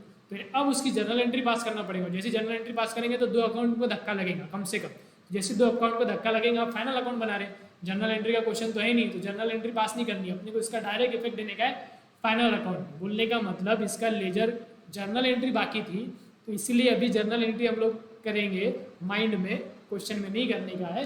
तो जर्नल एंट्री जब भी आ गई तो कम से कम 2 चीज़ें इन्वॉल्व हो गई, और जैसी 2 चीज़ें इन्वॉल्व हो गई इसलिए फाइनल अकाउंट में ये 2 चीज़ों को हिट करेगा कम से कम। तो इसलिए एक चीज़ हमेशा गार्ड बांध लो, ट्रायल बैलेंस की चीज़ें एक ही जगह पे जाएंगी, एडजस्टमेंट की चीज़ें हमेशा 2 जगह पे जाएंगी, 2 या 2 से ज़्यादा। ठीक है, लॉजिक समझ में आया? लॉजिक ये है कि जनरल एंट्री बाकी थी, अब जनरल एंट्री करनी पड़ेगी, जनरल एंट्री करनी पड़ेगी तो 2 इफेक्ट, 2 अकाउंट निकलेंगे, 2 अकाउंट निकलेंगे, इसलिए 2 जगह पे हिट करेंगे। ठीक है, ओके, समझ में आया। अब अपने को देखने का है एडजस्टमेंट सारे, ये बहुत ज़्यादा यहाँ पे कचरा हो गया, इसको मैं हटा देता, डिलीट। ओके, अब लोग हम देखेंगे फटाफट सारी adjustment, where is the adjustment? अरे एडजस्टमेंट कहाँ है बेटा? ये रही एडजस्टमेंट सर, एडजस्टमेंट के सामने ही आपने जस्ट 2 मिनट। ओके,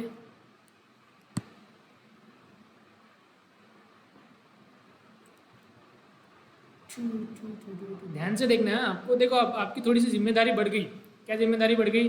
जब फेस टू फेस रहता तो मैं देखता कौन आया कौन नहीं आया, उसको पूछता होमवर्क हुआ नहीं हुआ। अभी आपके हाथ में लेक्चर देखना, आपके हाथ में इन द सेंस आपको ही देखना पड़ेगा ध्यान से, आपके पीछे कोई मॉनिटर नहीं करने वाला है ना। तो खुद थोड़ी सी ईमानदारी बताना बेटा, बहुत दुनिया भर का टाइम पास कर लिया 3-4 महीने, अब रोज सिर्फ 3-4 घंटे अपने को पढ़ाई करने का। तो खुद से चुपचाप रोज लेक्चर देखने का और इसका बैकलॉग नहीं रखने का। यदि आपने सोचा आधा अभी देख लेता आधा कल देख लेता, तो अभी थोड़ा 1-2 दिन थोड़ी सी दिक्कत जा रही है रिकॉर्डिंग वगैरह के लिए, लेकिन एक बार ये पूरा फुल फ्लो में आ गया तो रोज के 3-4 लेक्चर आते रहेंगे। मतलब मेरे 2 बैच के लिए अलग अलग, सौरभ सर के एसपी के हो सकता है, उसी का भी आ जाए, इकोनॉमिक्स भी आ जाए, तो आपको रेगुलरली रोज के लेक्चर रोज ही खत्म करना है। अगर बैकलॉग रखा तो कवर नहीं होगा। सो प्लीज़ डेली बेसिस पे इसको ख़त्म करने का। कुछ भी क्वेरी रही प्लीज़ व्हाट्सएप पे कांटेक्ट कीजिए, क्वेरी डालिए, यदि सॉल्व नहीं होती बेशक बिंदास्त मुझे कॉल कीजिए, लेकिन पहले अपने लेवल पे सॉल्व करें। ऐसा नहीं सॉल्व करने बैठ गए, एक चीज़ नहीं समझी, फ़ोन लगा दिया, सर ये कहाँ जाएगा, रख दिया, 2 मिनट होगा वापस, सर ये कहाँ जाएगा। इतना मत फ़ोन करो मुझे, क्योंकि इतने सारे बच्चे फ़ोन करेंगे तो मैं बस दिन भर फ़ोन ही करते रहूँगा। तो आप क्या करने का, पूरा सॉल्व करने का मस्त था। एक शाम को लिख लेने का, एक डायरी पे लिख लेने का, ये डिफिकल्टीज है, सारी डिफिकल्टीज एक साथ पहले तो व्हाट्सएप ग्रुप पे डाल दो, वहाँ पे सोल्यूशन मिल ही जाएगा। नहीं मिला आप मुझे मैसेज कीजिए या मुझे कॉल कीजिए, लेकिन ऐसा नहीं है ना, एकदम ऐसा रियल टाइम पे नहीं करने का, सारी एक साथ लिख के रख लेने का और एक साथ पूछने का। चल आगे हम लोग एडजस्टमेंट, सबसे अहम मुद्दा रहता है एडजस्टमेंट। एडजस्टमेंट ही याद नहीं रहती, ठीक है सर, याद रहेंगे। अब लोग हम एडजस्टमेंट देखेंगे। अब मेरे साथ फटाफट सब लोग रिवाइज करेंगे और जोर जोर से बोलेंगे, अपने घर वाले को पता लगने दो कि पढ़ाई चालू हो गई। सबसे पहला जो हर क्वेश्चन में आएगा कौन सी एडजस्टमेंट रहती, वो रहती क्लोजिंग स्टॉक। क्लोजिंग स्टॉक के दो इफेक्ट कहाँ कहाँ जाएंगे। क्लोजिंग स्टॉक एसेट है, सॉरी ठीक है, क्लोजिंग स्टॉक एसेट है तो कहाँ जाएगा, बैलेंस शीट के एसेट साइड। दूसरा इफेक्ट, 7 अजूबे में से एक अजूबा, याद आएगा ट्रेडिंग अकाउंट में 7 चीजें जाती है, सबसे नीचे क्या था, क्लोजिंग स्टॉक। तो इसके दो इफेक्ट कहाँ जाएंगे बेटा, एक तो जाएगा बैलेंस शीट के एसेट साइड में और दूसरा जाएगा ट्रेडिंग अकाउंट के क्रेडिट साइड में। दूसरा हम देखेंगे pre paid expenses. Prepaid expenses का मतलब ऐसे खर्चे जो पहले पे कर दिए, जैसे मोबाइल का रिचार्ज प्रीपेड, पहले पे करने का बाद में इस्तेमाल करने का। तो प्रीपेड एक्सपेंसेस ये क्या रहता है, अगले साल के खर्चे रहते हैं, हम पहले ही पे कर देते। तो इससे होता क्या मालूम है कि भविष्य में अपने को फायदा होता है। क्या फायदा होता, हम लोग वो चीज़ यूज़ करेंगे, जैसे रेंट है, रेंट पहले दे दिया तो अगले साल बिल्डिंग को यूज़ करेंगे, लेकिन पैसा देने की जरूरत है क्या, अगले साल नहीं। तो अगले साल अपने को ये चीज़ से क्या हो रहा है बेटा, फायदा होता है। और जो भी चीज़ जिससे अगले साल फायदा होता है या फ्यूचर में फायदा होता है उसको हम क्या बोलते हैं, एसेट। तो प्रीपेड एक्सपेंस क्या रहेगा, एसेट रहेंगे। एसेट रहेगा तो कहाँ जाना चाहिए आप ही बताओ, बैलेंस शीट के एसेट साइड में। दूसरा क्या है, ये प्री है, मतलब ये अगले साल का खर्चा है, ये साल हम लोग बता रहे अगले साल का खर्चा है। प्रॉफिट एंड लॉस हम लोग कौन से साल का बनाते हैं, प्रॉफिट एंड लॉस और ट्रेडिंग बनता हमेशा ये साल का। प्रॉफिट एंड लॉस के ऊपर आपने देखा होगा लिखा रहता फॉर द ईयर एंडेड, मतलब ये करंट ईयर का रहता, अगले साल का नहीं रहता। तो इसमें ये प्री चीज अगले साल की है, तो अगले साल वाली चीज इसमें आनी चाहिए क्या, नहीं, अगले साल वाली चीज अगले साल के पीएनएल में आनी चाहिए। तो अपने को क्या करना पड़ेगा, प्री चीजें जो अगले साल की चीजें वो यहाँ से निकालनी पड़ेंगी। इसके लिए अपने को क्या करना पड़ता है, इसको अपने को करना पड़ता प्रॉफिट एंड लॉस में। एक्सपेंस है तो प्रॉफिट एंड लॉस या ट्रेडिंग में, अब जहाँ पे भी मैं प्रॉफिट एंड लॉस लिख रहा तो प्रॉफिट एंड लॉस और ट्रेडिंग जहाँ पे भी वो जाता हूँ उसके डेबिट में से अपने को करना पड़ेगा लेस क्यों किया, ये अगले साल का है तो यहाँ से हटा दो। और दूसरा ये एसेट है तो बैलेंस शीट के एसेट में लो, समझ में आया ये। और इसका दूसरा नाम ध्यान में रखने का, इसके एक्चुअली 3 नाम है। प्रीपेड एक्सपेंस को ही हम क्या बोलते हैं, सॉरी कुछ नहीं है इसका दूसरा नाम, अकेला नाम है वो, अनपेड एक्सपेंस के नाम, सॉरी। तीसरा प्रीपेड एक्सपेंस के जैसा ही क्या रहेगा, प्री रिसीव्ड इनकम, मतलब ऐसी इनकम जो पहले मिल गई, मतलब अगले साल की इनकम थी पहले मिल गई, तो ये उसका अपोजिट, जो ऊपर देखा उसका अपोजिट रहेगा। पहली चीज तो एक बताओ ये साल की है क्या, नहीं, प्री मतलब पहले मिली, अगले साल की चीजें पहले मिल गई, ये वाले साल के पीएनएल में जाना चाहिए क्या, नहीं जाना चाहिए। तो ये वाले साल के पीएनएल में से हमको क्या करना पड़ेगा, हटाना पड़ेगा। अब एक बात बताओ, ऊपर एक्सपेंस था इसके लिए हमने डेबिट लिखा, एक्सपेंस डेबिट में जाएगा, ये इनकम है बेटा तो ये पीएनएल के क्रेडिट में रहेंगी। तो जहाँ पे भी ये इनकम रही वहाँ से अपने को क्या करना पड़ेगा, लेस। और दूसरा एक प्रकार से लाइबिलिटी है, लाइबिलिटी वैसे है नहीं लेकिन समझने के लिए इसको लाइबिलिटी समझो। लाइबिलिटी क्यों है, क्योंकि देखो पहले ही मिल गई इनकम, मान लो हमारा कोई कॉन्ट्रैक्ट है, मतलब हम कॉन्ट्रैक्ट बेसिस पे काम करते हैं, हम मान लो हम बिल्डिंग बनाते हैं, तो हमने क्या किया, बिल्डिंग मान लो हमको अगले साल बनानी थी, हमने वो बिल्डिंग के पैसे आज ही ले लिए, पूरे पैसे आज ले लिए, इसको क्या, ये क्या हो गया, प्री रिसीव्ड इनकम, हमारे लिए प्री रिसीव्ड इनकम हो गई। तो ये साल की नहीं है तो पीएनएल में से तो हटा दिया, ठीक है। ये लाइबिलिटी कैसी हुई, लाइबिलिटी ऐसी हुई बेटा, इनकम हमको पहले मिल गई, अब अगले साल बिल्डिंग बनानी पड़ेगी, अगले साल काम करना पड़ेगा, अगले साल खर्चे करने पड़ेंगे, लेकिन उसके लिए पैसा मिलने वाला है क्या, नहीं। तो ये चीज़ अपने को पहले मिल गई, इससे हमको फ्यूचर में क्या इम्पैक्ट होगा, इससे हमको फ्यूचर में फायदा नहीं होगा, एक प्रकार से नुकसान होगा, नुकसान नहीं बोल सकते एग्जैक्टली, लेकिन फ्यूचर में फायदा नहीं होगा। लाइबिलिटी में सिर्फ फ्यूचर रीपेमेंट नहीं आता। लाइबिलिटी की डेफिनेशन यदि आपने देखी होगी तो लाइबिलिटी में हमने देखा था, liability means anything that is future obligation और फ्यूचर रीपेमेंट, फ्यूचर में रीपेमेंट करना है वो, और फ्यूचर ऑब्लिगेशन भी। ऑब्लिगेशन का मतलब क्या होता है, फ्यूचर में यदि कोई चीज़ हमको करना है, हम ऑब्लिगेट हो गए, बाध्य हो गए, ये चीज़ करना ही पड़ता है। अब जैसे अपन ने पैसे ले लिए तो अगले साल करना ही पड़ेगा ना, तो फ्यूचर में एक ऑब्लिगेशन क्रिएट हो गया हमारे लिए, तो ये एक प्रकार से लाइबिलिटी क्रिएट हुई। तो इसलिए प्री रिसीव्ड इनकम हमारे लिए क्या होगी बेटा, लाइबिलिटी हो। क्योंकि लाइबिलिटी हो गई तो कहाँ जानी चाहिए, बैलेंस शीट के लाइबिलिटी साइड में। जहाँ पे भी मैं ए लिख रहा हूँ उसका मतलब एसेट है, जहाँ पे भी मैं एल लिख रहा हूँ उसका मतलब लाइबिलिटी। समझ में आया पक्का। प्री रिसीव्ड इनकम का बेटा दूसरा नाम रहता एडवांस इनकम। दूसरा नाम हमेशा ध्यान में रखना, एग्जाम में हमेशा ये ऐसे ही करते, दूसरा नाम दे देते, अपने को आंसर आता लेकिन दूसरा नाम नहीं मालूम, छूट के आ जाते। तो दूसरा नाम अच्छे से याद है। प्री रिसीव्ड इनकम का ही मतलब है एडवांस इनकम, तो एडवांस इनकम के भी सेम दो इफेक्ट होने वाले एडजस्टमेंट। देन एक चीज आती है आउटस्टैंडिंग एक्सपेंस।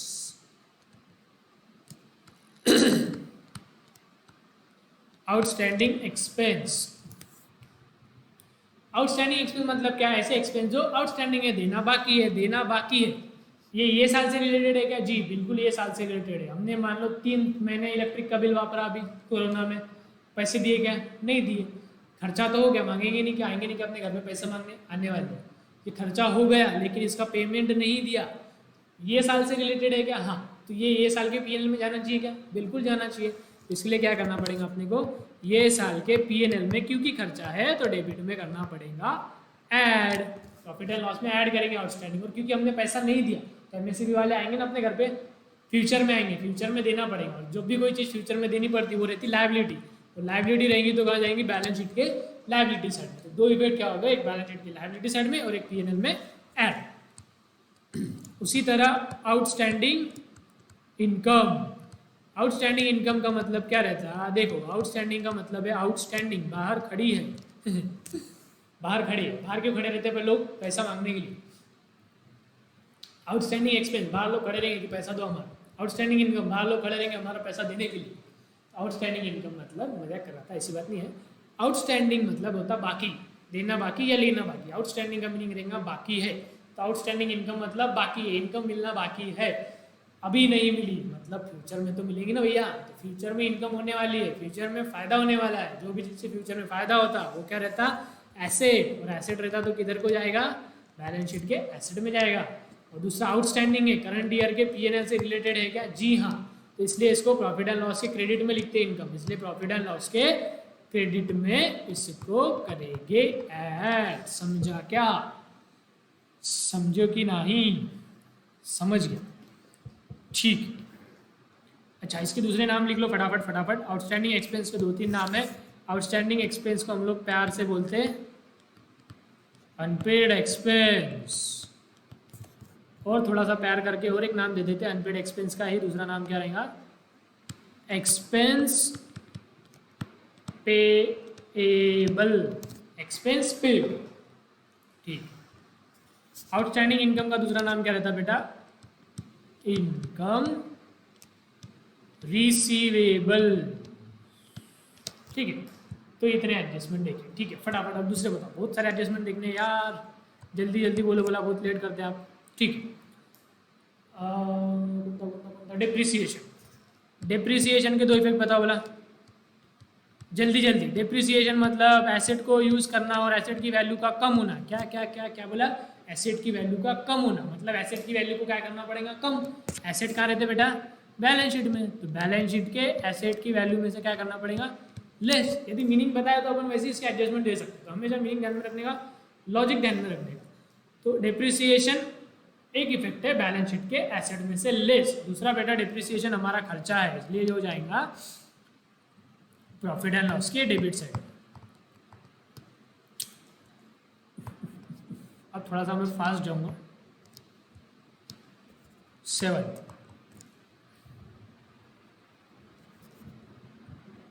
Unrecorded purchase.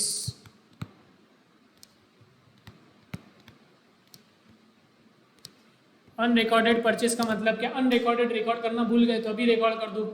क्या करना पड़ेगा? मान लो ट्रायल बैलेंस में दी हुए 2 लाख रुपये और नीचे बोला अरे 50,000 के एक्सपेंस रिकॉर्ड करना भूल गए, अनरिकॉर्डेड परचेज। तो 2 लाख है ट्रायल बैलेंस में, 50,000 के भूल गए। अब क्या करना पड़ेगा? फाइनल अकाउंट में मिला देंगे दोनों को।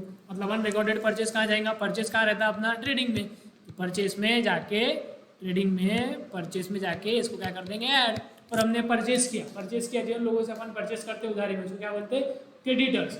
जैसे परचेज 50,000 का अपन लिखना भूल गए तो क्रेडिटर्स में भी लिखना भूल गए होंगे, क्रेडिटर का भी बैलेंस बढ़ाना पड़ेगा। तो दूसरा इफेक्ट क्या रहेगा? बैलेंस शीट में क्रेडिटर कहाँ रहेंगे? लाइबिलिटी है तो लाइबिलिटी, तो बैलेंस शीट के लाइबिलिटी में भी क्या करेंगे? ऐड। नेक्स्ट, एक अनरिकॉर्डेड परचेज हो गया। अब अगला है अनरिकॉर्डेड सेल्स।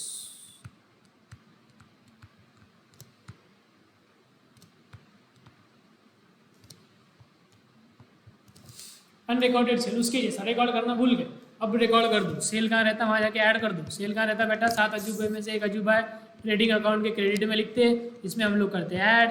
दूसरा सेल किया, जिनसे हम लोग जिनको सेल करते हैं उसको क्या बोलते हैं अपन, डेटर्स। उसको दूसरा इफेक्ट क्या आएगा, बैलेंस शीट के डेटर्स में ऐड। 2 मिनट मेरे को देख लेने दो रिकॉर्डिंग हो रही है या नहीं हो रही, कि मैं ऐसे ही बड़बड़ कर रहा अकेला।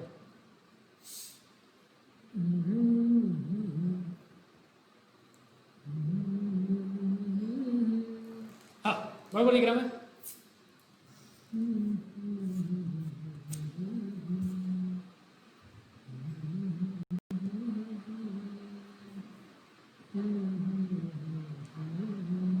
हाँ 8 तक हो गया था, ठीक है। अनरिकॉर्डेड परचेज हो गया, अनरिकॉर्डेड सेल हो गया।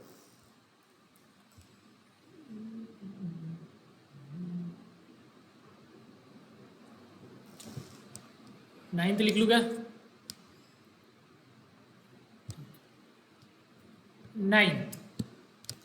बोलो बोलो फटाफट याद दिलाओ यार मेरे को, कौन कौन से डेप्रिसिएशन हो गया, अनरिकॉर्डेड परचेज हो गया, बिल रिसीवेबल डिसऑनर्ड। चलो बताओ जल्दी जल्दी, bill receivable dishonoured, bill receivable HONOURED, bill receivable dishonoured. देखो है ना, आपको डिटेल में मैं समझाऊंगा बिल ऑफ एक्सचेंज चैप्टर में, अभी सिर्फ इतना समझ लो, जब भी हम किसी को माल बेचते सेल करते उधारी में, या वैसे भी समझ लो हम किसी को सेल करते, तो अपने को 3 चीज़ें दे सकता है। क्या दे सकता, 4 चीज़ें दे सकता है। एक तो देगा कैश, हमने किसी को माल बेचा, हमने किसी को गुड सोल्ड किया, तो सामने वाला कस्टमर हमको 4 चीज़ें दे सकता है। एक तो हमको देगा कैश, या तो हमको देगा चेक, या तो हमको देगा बिल रिसीवेबल। तो बिल रिसीवेबल एक चेक के जैसा अभी का मान के समझो कि कुछ तो भी अपने को पेमेंट मिला, उससे अपने को पैसे मिलने वाले फ्यूचर में। जैसा चेक कैसा बैंक में लगाएंगे पैसे मिलेंगे, जैसा बिल रिसीवेबल नाम के एक पेज है, उसको उससे अपने को फ्यूचर में वो दिया कि अपने को पैसे मिलते हैं, बस इतना करना। तो बिल रिसीवेबल एक एसेट है। तो क्या होगा, क्या बोला मैंने, हाँ 4 चीज़ें देंगे मैंने बोला था। एक चीज़ देगा, दे सकता कैश, या तो दे सकता बैंक, या तो दे सकता बिल रिसीवेबल, चौथा क्या दे सकता, धोखा। मतलब हमको धोखा दे सकता, धोखा दे सकता मतलब पैसे दिए नहीं, पैसे हमारे डुबा दिए, उसको क्या बोलते हैं, बैड डेट। तो 4 चीज़ों में से एक चीज़ हो सकती है। तो बिल रिसीवेबल एक कागज है, उसको अपन अभी मानेंगे एसेट है, उसको मैं फ्यूचर में दिखाऊंगा सामने वाले व्यक्ति को, और वो पेज देके उसके बदले में मैं पैसे लूँ, तो वो पेज से मेरे को फ्यूचर में पैसे मिलने वाले, फायदा होने वाला, इसलिए बिल रिसीवेबल मिल दे एसेट है, ठीक है। और वैसे भी मीनिंग आप नाम से भी ध्यान में रख सकते हैं, रिसीवेबल फ्यूचर टेंस है, फ्यूचर में कुछ तो भी मिलेगा, फ्यूचर में फायदा होगा, इसलिए एसेट है। वो हो गया डिसऑनर। जैसा चेक कैसा बाउंस होता, मान लो अपने को चेक मिल गया, जैसे चेक मिला अपन क्या जर्नल एंट्री करेंगे,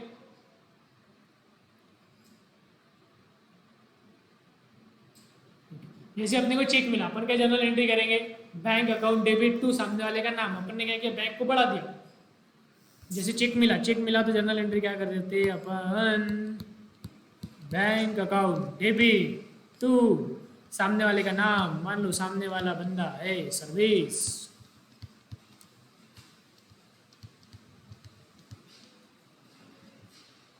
कुछ तो भी आवाजें आ रही है अजीब अजीब। Bank account debit, service account credit, ये एंट्री करते हैं हम लोग। अगर चेक मिला, अब मान लो ये चेक हमने बैंक में लगाया, सर्विस थोड़ा सा बदमाश निकला, उसका चेक बाउंस हो गया, तो अब क्या जर्नल एंट्री करेंगे, अपन ने क्या बोला बैंक बैलेंस बढ़ गया, लेकिन एक्चुअल में बढ़ा क्या नहीं, तो अपने क्या करना पड़ेगा बेटा, बैंक बैलेंस कम करना पड़ेगा। और सर्विस का हमने बैलेंस कम कर दिया था 20,000 की, सर्विस से नहीं लेना, आप सर्विस ने दे दिया, उसको बढ़ाना पड़ेगा ना। हम बोलेंगे सर्विस भैया ला 20,000, नहीं दिए तूने, तो अपने को जैसे ही चेक बाउंस होता तो क्या जर्नल एंट्री करते हैं अपन, चेक बाउंस की, ये चेक मिलने की एंट्री है। चेक बाउंस की एंट्री क्या करते हैं, पहले तो बैंक जो बढ़ा दिया अपन ने उसको कम कर दो टू बैंक, और सर्विस को जो कम किया था उसको बढ़ा दो, सर्विस ला और 20,000 रुपये, ये एंट्री करते हैं। मतलब इसकी अपोजिट एंट्री, बैंक को कम करेंगे, सर्विस को बढ़ाएंगे। सेम इसी तरह बिल रिसीवेबल मिला था, तो जब भी बिल रिसीवेबल मिलता तो अपन लिखते बिल रिसीवेबल भी एसेट है, bill receivable account debit to service. अब बिल रिसीवेबल होगा डिसऑनर, डिसऑनर मतलब कैंसिल हो गया, कुछ काम का नहीं रहा, तो अपने क्या करना पड़ेगा, इसकी रिवर्स एंट्री पास करनी पड़ेगी। रिवर्स म्हणजे service account debit to bill receivable, ये एंट्री पास करनी, ठीक है। ये एंट्री का इफेक्ट क्या है, देखो अपन ने क्या किया, सर्विस हमारा डेटर्स उसको डेबिट किया, एसेट को डेबिट किया, मतलब हमने क्या किया, एसेट को बढ़ाया, सर्विस को बढ़ाया, अपने को डेटर्स को बढ़ाना है। और दूसरा इफेक्ट क्या करना है, बिल रिसीवेबल को क्रेडिट किया, बिल रिसीवेबल भी एसेट है, एसेट को क्रेडिट किया, मतलब बिल रिसीवेबल को कम करना है, एसेट को कम करना है, मतलब एक एसेट को बढ़ाना है, एक एसेट को कम करना है। कौन से एसेट को कम करना है? बिल रिसीवेबल को कम करना है और डेटर्स को बढ़ाना है। इसके दो इफेक्ट क्या होगा बेटा? एक तो बिल रिसीवेबल कैंसिल हो गया, तो बिल रिसीवेबल को हटा देने का है। वो एसेट है तो कहाँ दिखते रहेगा? वो दिखते रहेगा बैलेंस शीट के एसेट साइड में। तो बैलेंस शीट के एसेट साइड में जो बिल रिसीवेबल दिख रहा ना, उसमें से करने का है लेस। और दूसरा इफेक्ट क्या है? डेटर्स में ऐड करने का। उसको बोलेंगे भैया पैसे लाओ।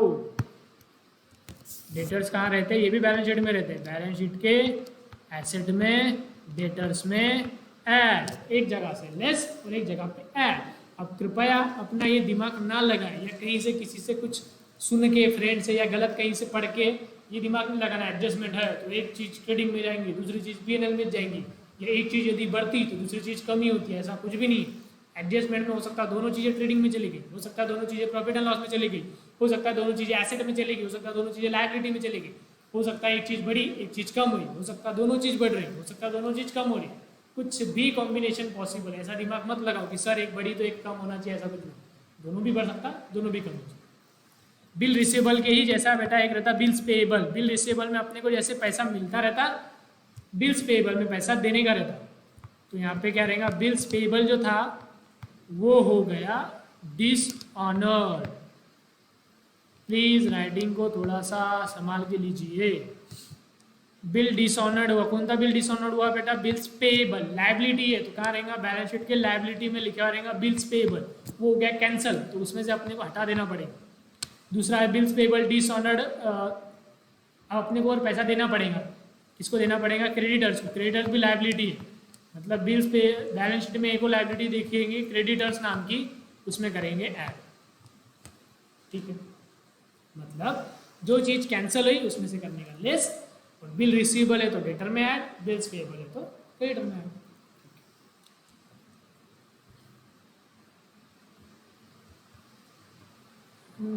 अनरिकॉर्डेड परचेज हो गया, बिल रिसीवेबल हो गया, बिल्स पेएबल हो गया। अब देखो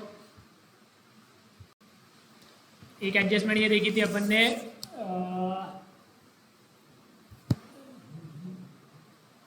हाँ,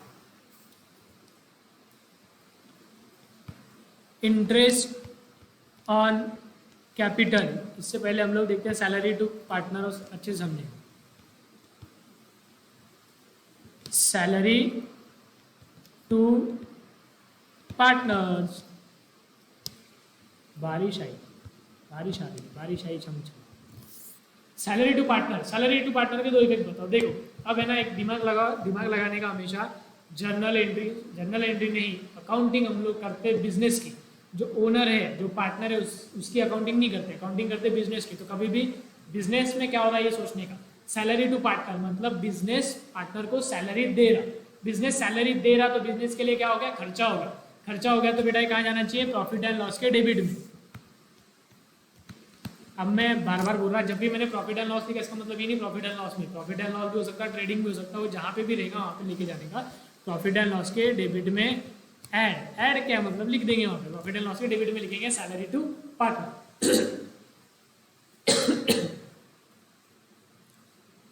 सॉरी। दूसरा इफेक्ट क्या रहेगा? जब भी हम पार्टनर को सैलरी देते हैं या कुछ भी चीज़ देते हैं, पार्टनर को जो भी कुछ देंगे, तो पार्टनर की एडजस्टमेंट कहाँ पे होती? पार्टनर से रिलेटेड सारी एडजस्टमेंट होती है पार्टनर्स कैपिटल अकाउंट में। याद है? तो जब भी पार्टनर को देते कुछ भी चीज़ तो पार्टनर का बैलेंस बढ़ता। जब भी पार्टनर का बैलेंस बढ़ेगा, कैपिटल बढ़ेगा, तो कौन के साइड में लिखते? क्रेडिट साइड में। कैपिटल बढ़ा तो क्रेडिट। तो इसके लिए अपने को क्या कहाँ जाएगा? दूसरा इफेक्ट दूसरा इफेक्ट जाएगा कैपिटल अकाउंट के क्रेडिट में। बरोबर। कैपिटल अकाउंट नहीं बनाया तो बैलेंस शीट में कैपिटल में ऐड कर देंगे। ये सब मैंने लिखे हुआ है, लिखने की जरूरत नहीं है, नोट्स में लिखे हुआ। फिर भी आपको लिखना है तो मैं इसको छोटा करूंगा, फिर आपने लिख लेना इस तरीके से ज़्यादा लिखने का। तो उसमें नोट्स में लिखा है कैपिटल के क्रेडिट में तो लिखेंगे, और बैलेंस शीट में डायरेक्टली ऐड भी कर सकते हैं। तो मैं दूसरा मतलब और वाली चीज़ नहीं लिखा। ये सैलरी भी हो सकती है, ये कमीशन भी हो सकता है, कुछ भी चीज़। सेम उसके ही जैसा रहता बेटा इंटरेस्ट ऑन कैपिटल। कैपिटल पे इंटरेस्ट देने का है। कैपिटल जो बिजनेस ले सका, अकाउंटिंग में हमेशा ये देखने का बिजनेस अलग चीज़ है, ओनर अलग चीज़ है। तो बिजनेस क्या कर रहा है, ओनर से पैसा ले रहा, जिससे भी पैसा लेते उसको ब्याज तो देना पड़ता ना। ओनर है तो क्या हो, उसको भी ब्याज देंगे, उसको इंटरेस्ट देंगे। बिजनेस उसको ब्याज दे रहा, इंटरेस्ट दे रहा, तो बिजनेस के लिए खर्चा हुआ कि इनकम हुई, खर्चा हुआ। खर्चा हुआ तो इसका इफेक्ट कहाँ जाना चाहिए, प्रॉफिट एंड लॉस के डेबिट में जाना चाहिए, पहला इफेक्ट। दूसरा इफेक्ट कहाँ जाना चाहिए, कैपिटल पे इंटरेस्ट किसको देते बेटा, पार्टनर को देते। पार्टनर को कोई भी चीज देंगे उसका बैलेंस बढ़ेगा, कैपिटल बढ़ेगा, तो कहाँ जाएगा, कैपिटल बढ़ेगा तो जाएगा कैपिटल अकाउंट के क्रेडिट में। सेम ऊपर वाले के जैसी चीज, ठीक है। एक चीज अलग है, जैसे जब पार्टनर पैसा लेके आते तो उनको अपन लोग ब्याज देते हैं। तो जब पार्टनर पैसा घर पे लेके जाएंगे, जिसको हम बोलते हैं ड्राइंग, तो उस पर अपन उससे ब्याज लेंगे। फिर ब्याज दे रहे तो ब्याज लेंगे क्यों नहीं, जब भी पार्टनर घर पे कुछ लेके जाएंगे पैसा, अपन उससे ब्याज लेंगे। अगर जबरदस्ती नहीं लेंगे, क्वेश्चन में बोलने वाले तो ही लेंगे। उनसे इंटरेस्ट लेने का, बिजनेस को इंटरेस्ट मिल रहा, तो बिजनेस के लिए खर्चा हुआ कि कमाई हुई, कमाई हुई। कमाई हुई तो कहाँ लिखना चाहिए बेटा, कमाई हुई तो लिखना चाहिए प्रॉफिट एंड लॉस के क्रेडिट में। और दूसरा, ये पार्टनर को दे रहे या पार्टनर से ले रहे, इंटरेस्ट ऑन ड्राइंग पार्टनर से ले रहे, उससे हम लोग इंटरेस्ट ले रहे, उसका बैलेंस कम होगा, कैपिटल को कम करना है। कैपिटल को कम करना है तो क्या करेंगे, कैपिटल अकाउंट के डेबिट में, है ना। सारू अच्छे, सारू अच्छे मतलब सही बात है, अच्छी बात है, ठीक है। अब एक मिनट, आप लोग कहीं मत जाओ, मैं पानी पीता, थोड़ा गला ये हो। आप लोग देखो इसको, बस 20 सेकंड में।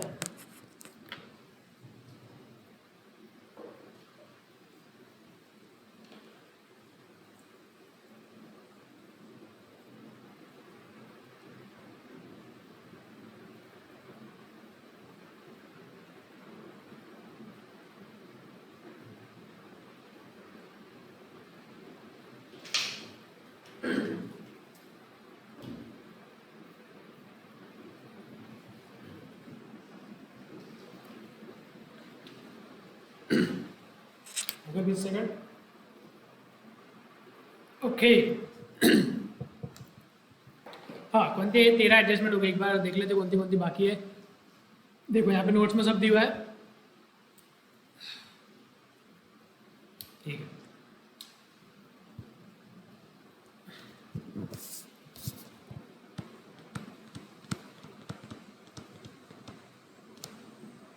प्रोविजन और रिजर्व फॉर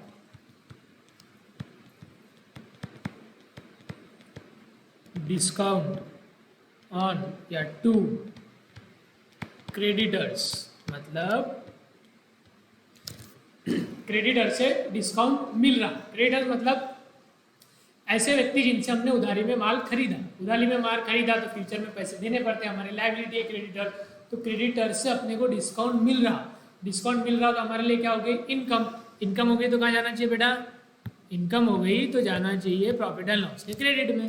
दूसरा, डेटर, क्रेडिटर से डिस्काउंट मिल रहा, तो क्रेडिटर्स को अपने को कम पैसा देना पड़ेगा ना, कम पैसा देना पड़ेगा, मतलब क्रेडिटर्स को कम करने का। क्रेडिटर्स कहाँ रहते बैठे हुए, क्रेडिटर्स बैठे हुए रहते बैलेंस शीट में जाके।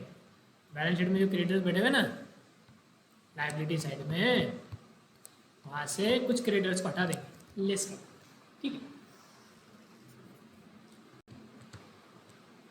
एक adjustment D, capital expense included in revenue expense. उम्मीद करता हूँ अभी तक सारे बच्चे लेक्चर देख रहे होंगे, बीच में छोड़ के भाग नहीं गए होंगे। जो भी भाग गए कृपया पूरा लेक्चर देखें, पूरा आपको आता फिर भी देखें। क्यों, क्योंकि ये एडजस्टमेंट आपको लगभग हर चैप्टर में दिखने वाली है, कुछ ना कुछ इसका काम तो आने वाला है। तो प्लीज़ इसको डबल से देख लो, हो सकता है पिछले बार का भूल गए या याद भी होगा तो रिवाइज हो जाएगा। क्योंकि अपन जो पुरानी बैच वाले जिनका हो गया, हम लोग एडमिशन चालू करेंगे तो इसमें बहुत कुछ काम आने वाले उसमें, तो रिविजन होना बहुत ज़्यादा जरूरी है। तो प्लीज़ देखिए इसको अच्छे से। बस हो गया, थोड़ा बहुत 15-20 मिनट और हो जाएगा। Capital expenses included in revenue expenses, क्या बोला बेटा, कैपिटल एक्सपेंस है जो रेवेन्यू में चलेगा। कैपिटल एक्सपेंस और रेवेन्यू एक्सपेंस का फर्क क्या रहता है? देखो, दो टाइप के एक्सपेंस रहते हैं। एक एक्सपेंस को हम लोग बोलते हैं कैपिटल, एक एक्सपेंस को बोलते हैं रेवेन्यू। यहाँ पे पार्टनर वाले कैपिटल का कोई लेना देना नहीं है। यहाँ पे कैपिटल का मतलब है बड़े बड़े खर्चे, रेवेन्यू मतलब छोटे छोटे खर्चे। कैपिटल खर्चे वो रहते हैं जो इसकी अमाउंट बड़ी रहती है, कैपिटल खर्चे वो रहते हैं जो साल में एक आधी बार करते हैं, बार बार नहीं करते। रेवेन्यू एक्सपेंस वो रहते हैं जो बार बार करते हैं, रिकरिंग नेचर के रहते हैं। Capital expenses are those expense that are non recurring in nature, that is they are not that are not incurred frequently, and revenue expenses are those expenses which are incurred frequently. So revenue expense बार बार होते हैं, तो revenue expense कहाँ जाने चाहिए बेटा? Profit and loss में जो हमारे जाते हैं, सैलरी, रेंट वगैरह वगैरह। कैपिटल एक्सपेंस ऐसे एक्सपेंस जो एक आधी बार होते हैं। फॉर एग्जांपल जो हम लोग एसेट खरीदते हैं ना, जैसे बिल्डिंग खरीद ली, फर्नीचर खरीद लिया, ये बार बार करते क्या? आम भाषा में आम जनता इसको एक्सपेंसिव बोलेंगे ना। मान लो किसने गाड़ी खरीदी तो वो तो बोलेगा ना गाड़ी का खर्चा होगा, वो थोड़ी बोलेगा एसेट है, उसको थोड़ी इतनी समझ है। तो ये एक प्रकार का एक्सपेंस ही, लेकिन इसको क्या बोलते हैं? Capital expense. तो कैपिटल एक्सपेंस मतलब इन शॉर्ट कैपिटल एक्सपेंस मतलब एसेट, और रेवेन्यू एक्सपेंस मतलब प्रॉफिट और लॉस और ट्रेडिंग में जाने वाले खर्च। तो यहाँ पे हुआ क्या बेटा? यहाँ पे एक गलती हुई। क्या गलती हुई? जो कैपिटल एक्सपेंस है मतलब जो एसेट है वो कहाँ चले गए? इंक्लूडेड। इंक्लूडेड मतलब कैपिटल एक्सपेंस चले गए, कहाँ चले गए? रेवेन्यू में चले गए। मतलब क्या गलती हुई? जो चीज़ एसेट में जाना चाहिए, एसेट मतलब कहाँ जाता है? एसेट बैलेंस शीट में। तो जो चीज़ बैलेंस शीट में जाना चाहिए वो चीज़ गलती से चली गई प्रॉफिट एंड लॉस में। तो गलती कहाँ हुई? प्रॉफिट एंड लॉस में। तो जहाँ गलती हुई वहाँ से उसको निकालने का, और जहाँ जाना चाहिए वहाँ पे जाके ऐड करना है। जहाँ गलती हुई वहाँ से निकालने का, जहाँ ऐड जाना चाहिए वहाँ ऐड हो जाए। यहाँ गलती कहाँ हुई? प्रॉफिट एंड लॉस में। तो क्या करेंगे? प्रॉफिट एंड लॉस में से माइनस करेंगे, कहाँ जाना चाहिए? बैलेंस शीट में, एसेट में। तो बैलेंस शीट के एसेट में ऐड कर दो। देखो गलती हुई पीएनएल में, तो क्या करना पड़ेगा? पीएनएल में से हटाना पड़ेगा। जहाँ गलती हुई वहाँ से हटाने का। पीएनएल के डेबिट में गलती हुई तो वहाँ से हटाओ रे बाबा, हटा दिया। बैलेंस शीट के एसेट में जाना चाहिए तो वहाँ लेके जाओ, लेके जा रहे, ये देखो लेके जा रहे, लेके चले गए।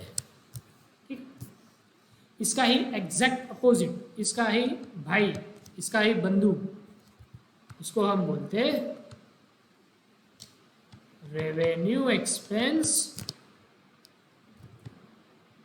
included in capital expense. अब यहाँ पे क्या हुआ बेटा?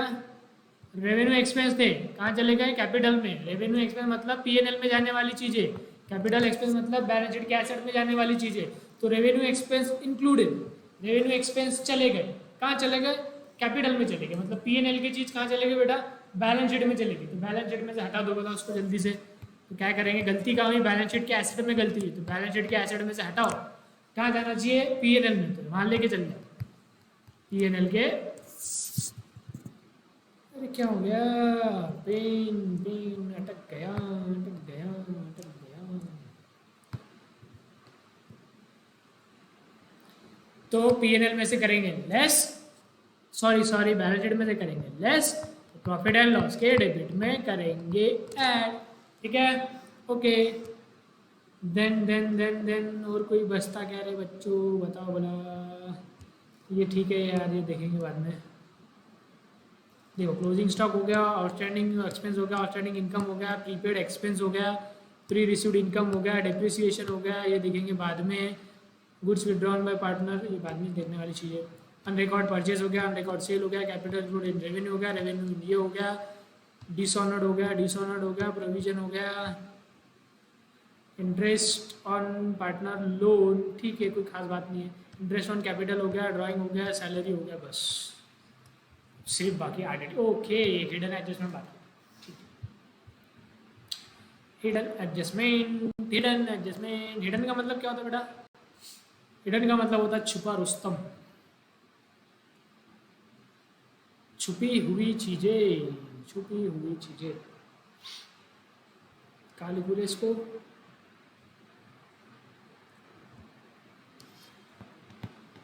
छुपी हुई चीज़ें से मतलब क्या है? देखो बाकी एडजस्टमेंट तो अच्छे से अलग से लिखी हुई रहती, ट्रायल बैलेंस के नीचे दी हुई रहती, तो अपने को मालूम है एडजस्टमेंट। कुछ चीज़ें अलग से नहीं लिखेंगे, कुछ चीज़ें ट्रायल बैलेंस में छुपी हुई रहेंगी, अपने को ढूंढना पड़ेगा कि एडजस्टमेंट वाला पॉइंट। ट्रायल बैलेंस में वैसे तो हर चीज़ें एक जगह जाती है, लेकिन कुछ चीज़ें ऐसी रहेंगी ट्रायल बैलेंस में छुपी हुई, अपने को उसके दो इफेक्ट या दो से ज़्यादा इफेक्ट देने पड़ेंगे। तो ऐसी एडजस्टमेंट जो ट्रायल बैलेंस में छुपी हुई रहती है उसको अपन बोलते हैं हिडन एडजस्टमेंट। क्या बोलते हैं बेटा? Hidden adjustment.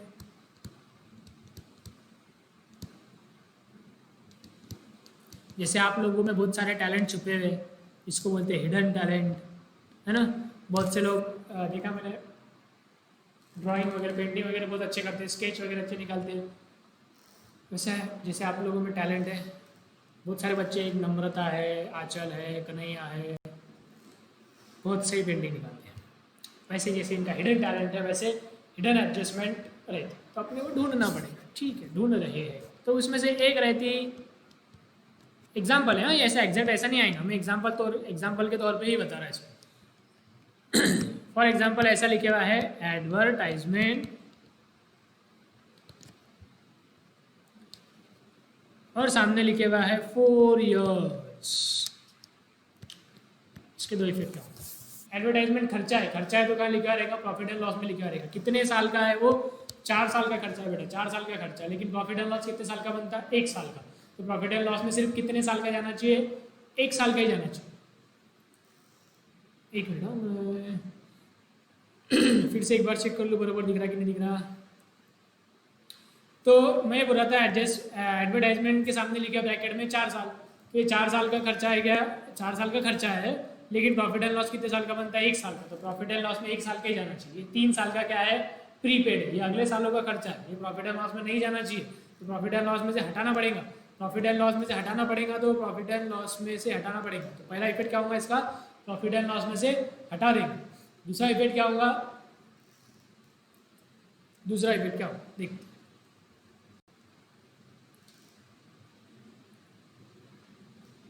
तो मैं बोल रहा है एडवर्टाइजमेंट 4 साल का है, 4 साल का नहीं 1 साल का ही आना चाहिए। तो 3 साल का क्या करो, प्रॉफिट एंड लॉस में से हटा दो।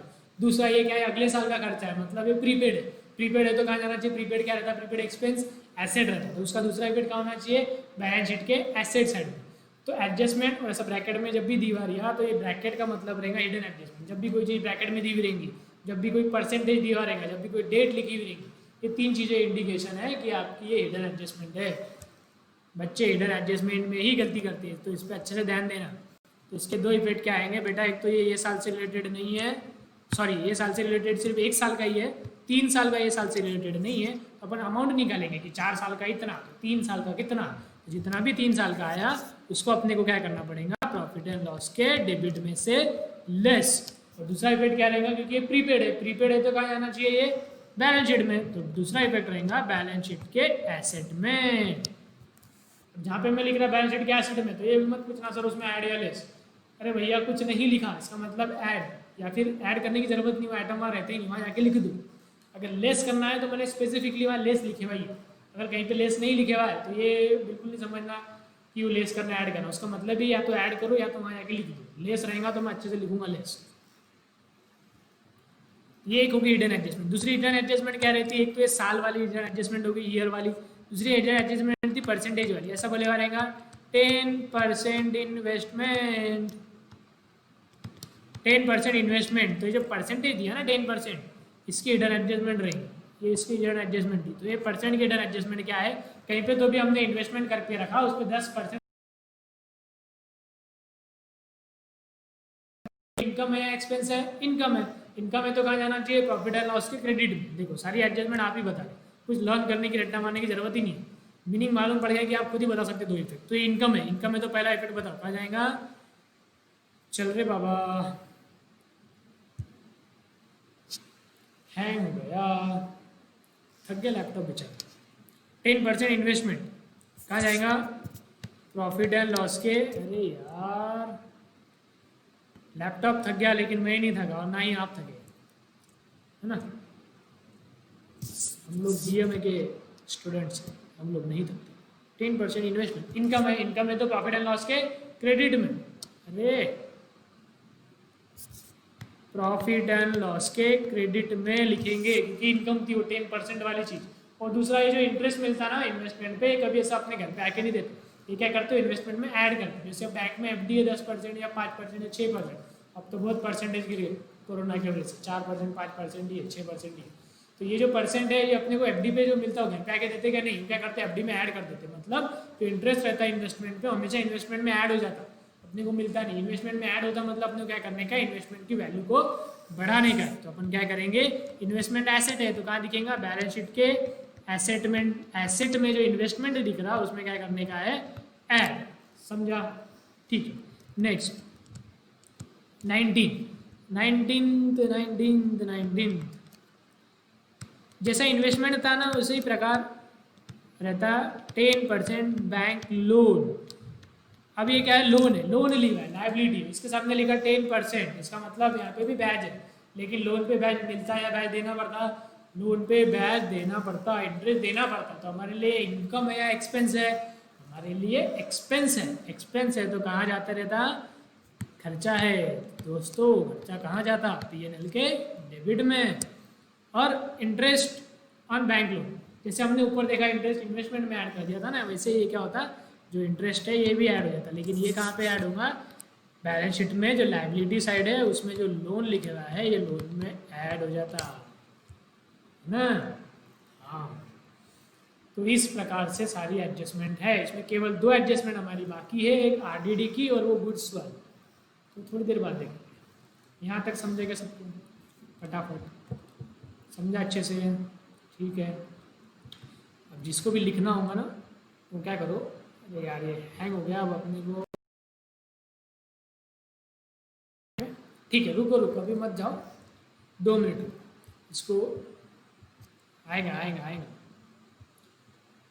एक काम करो, मैं इसको अभी बराबर पोजीशन कर देता, इसको आप पॉज करके लिख लो, या फिर नहीं भी लिखना होगा तो एडजस्टमेंट दी हुई है, लेकिन हो सकता है कि इसको इस तरीके से अच्छे से समझ में आ रहा तो लिख लो, प्रैक्टिस हो जाएगी, लिख लो, थोड़ा सा मेहनती बनो, मालूम है आपको आता है, बहुत होशियार है आप, करना नहीं छोड़ने का।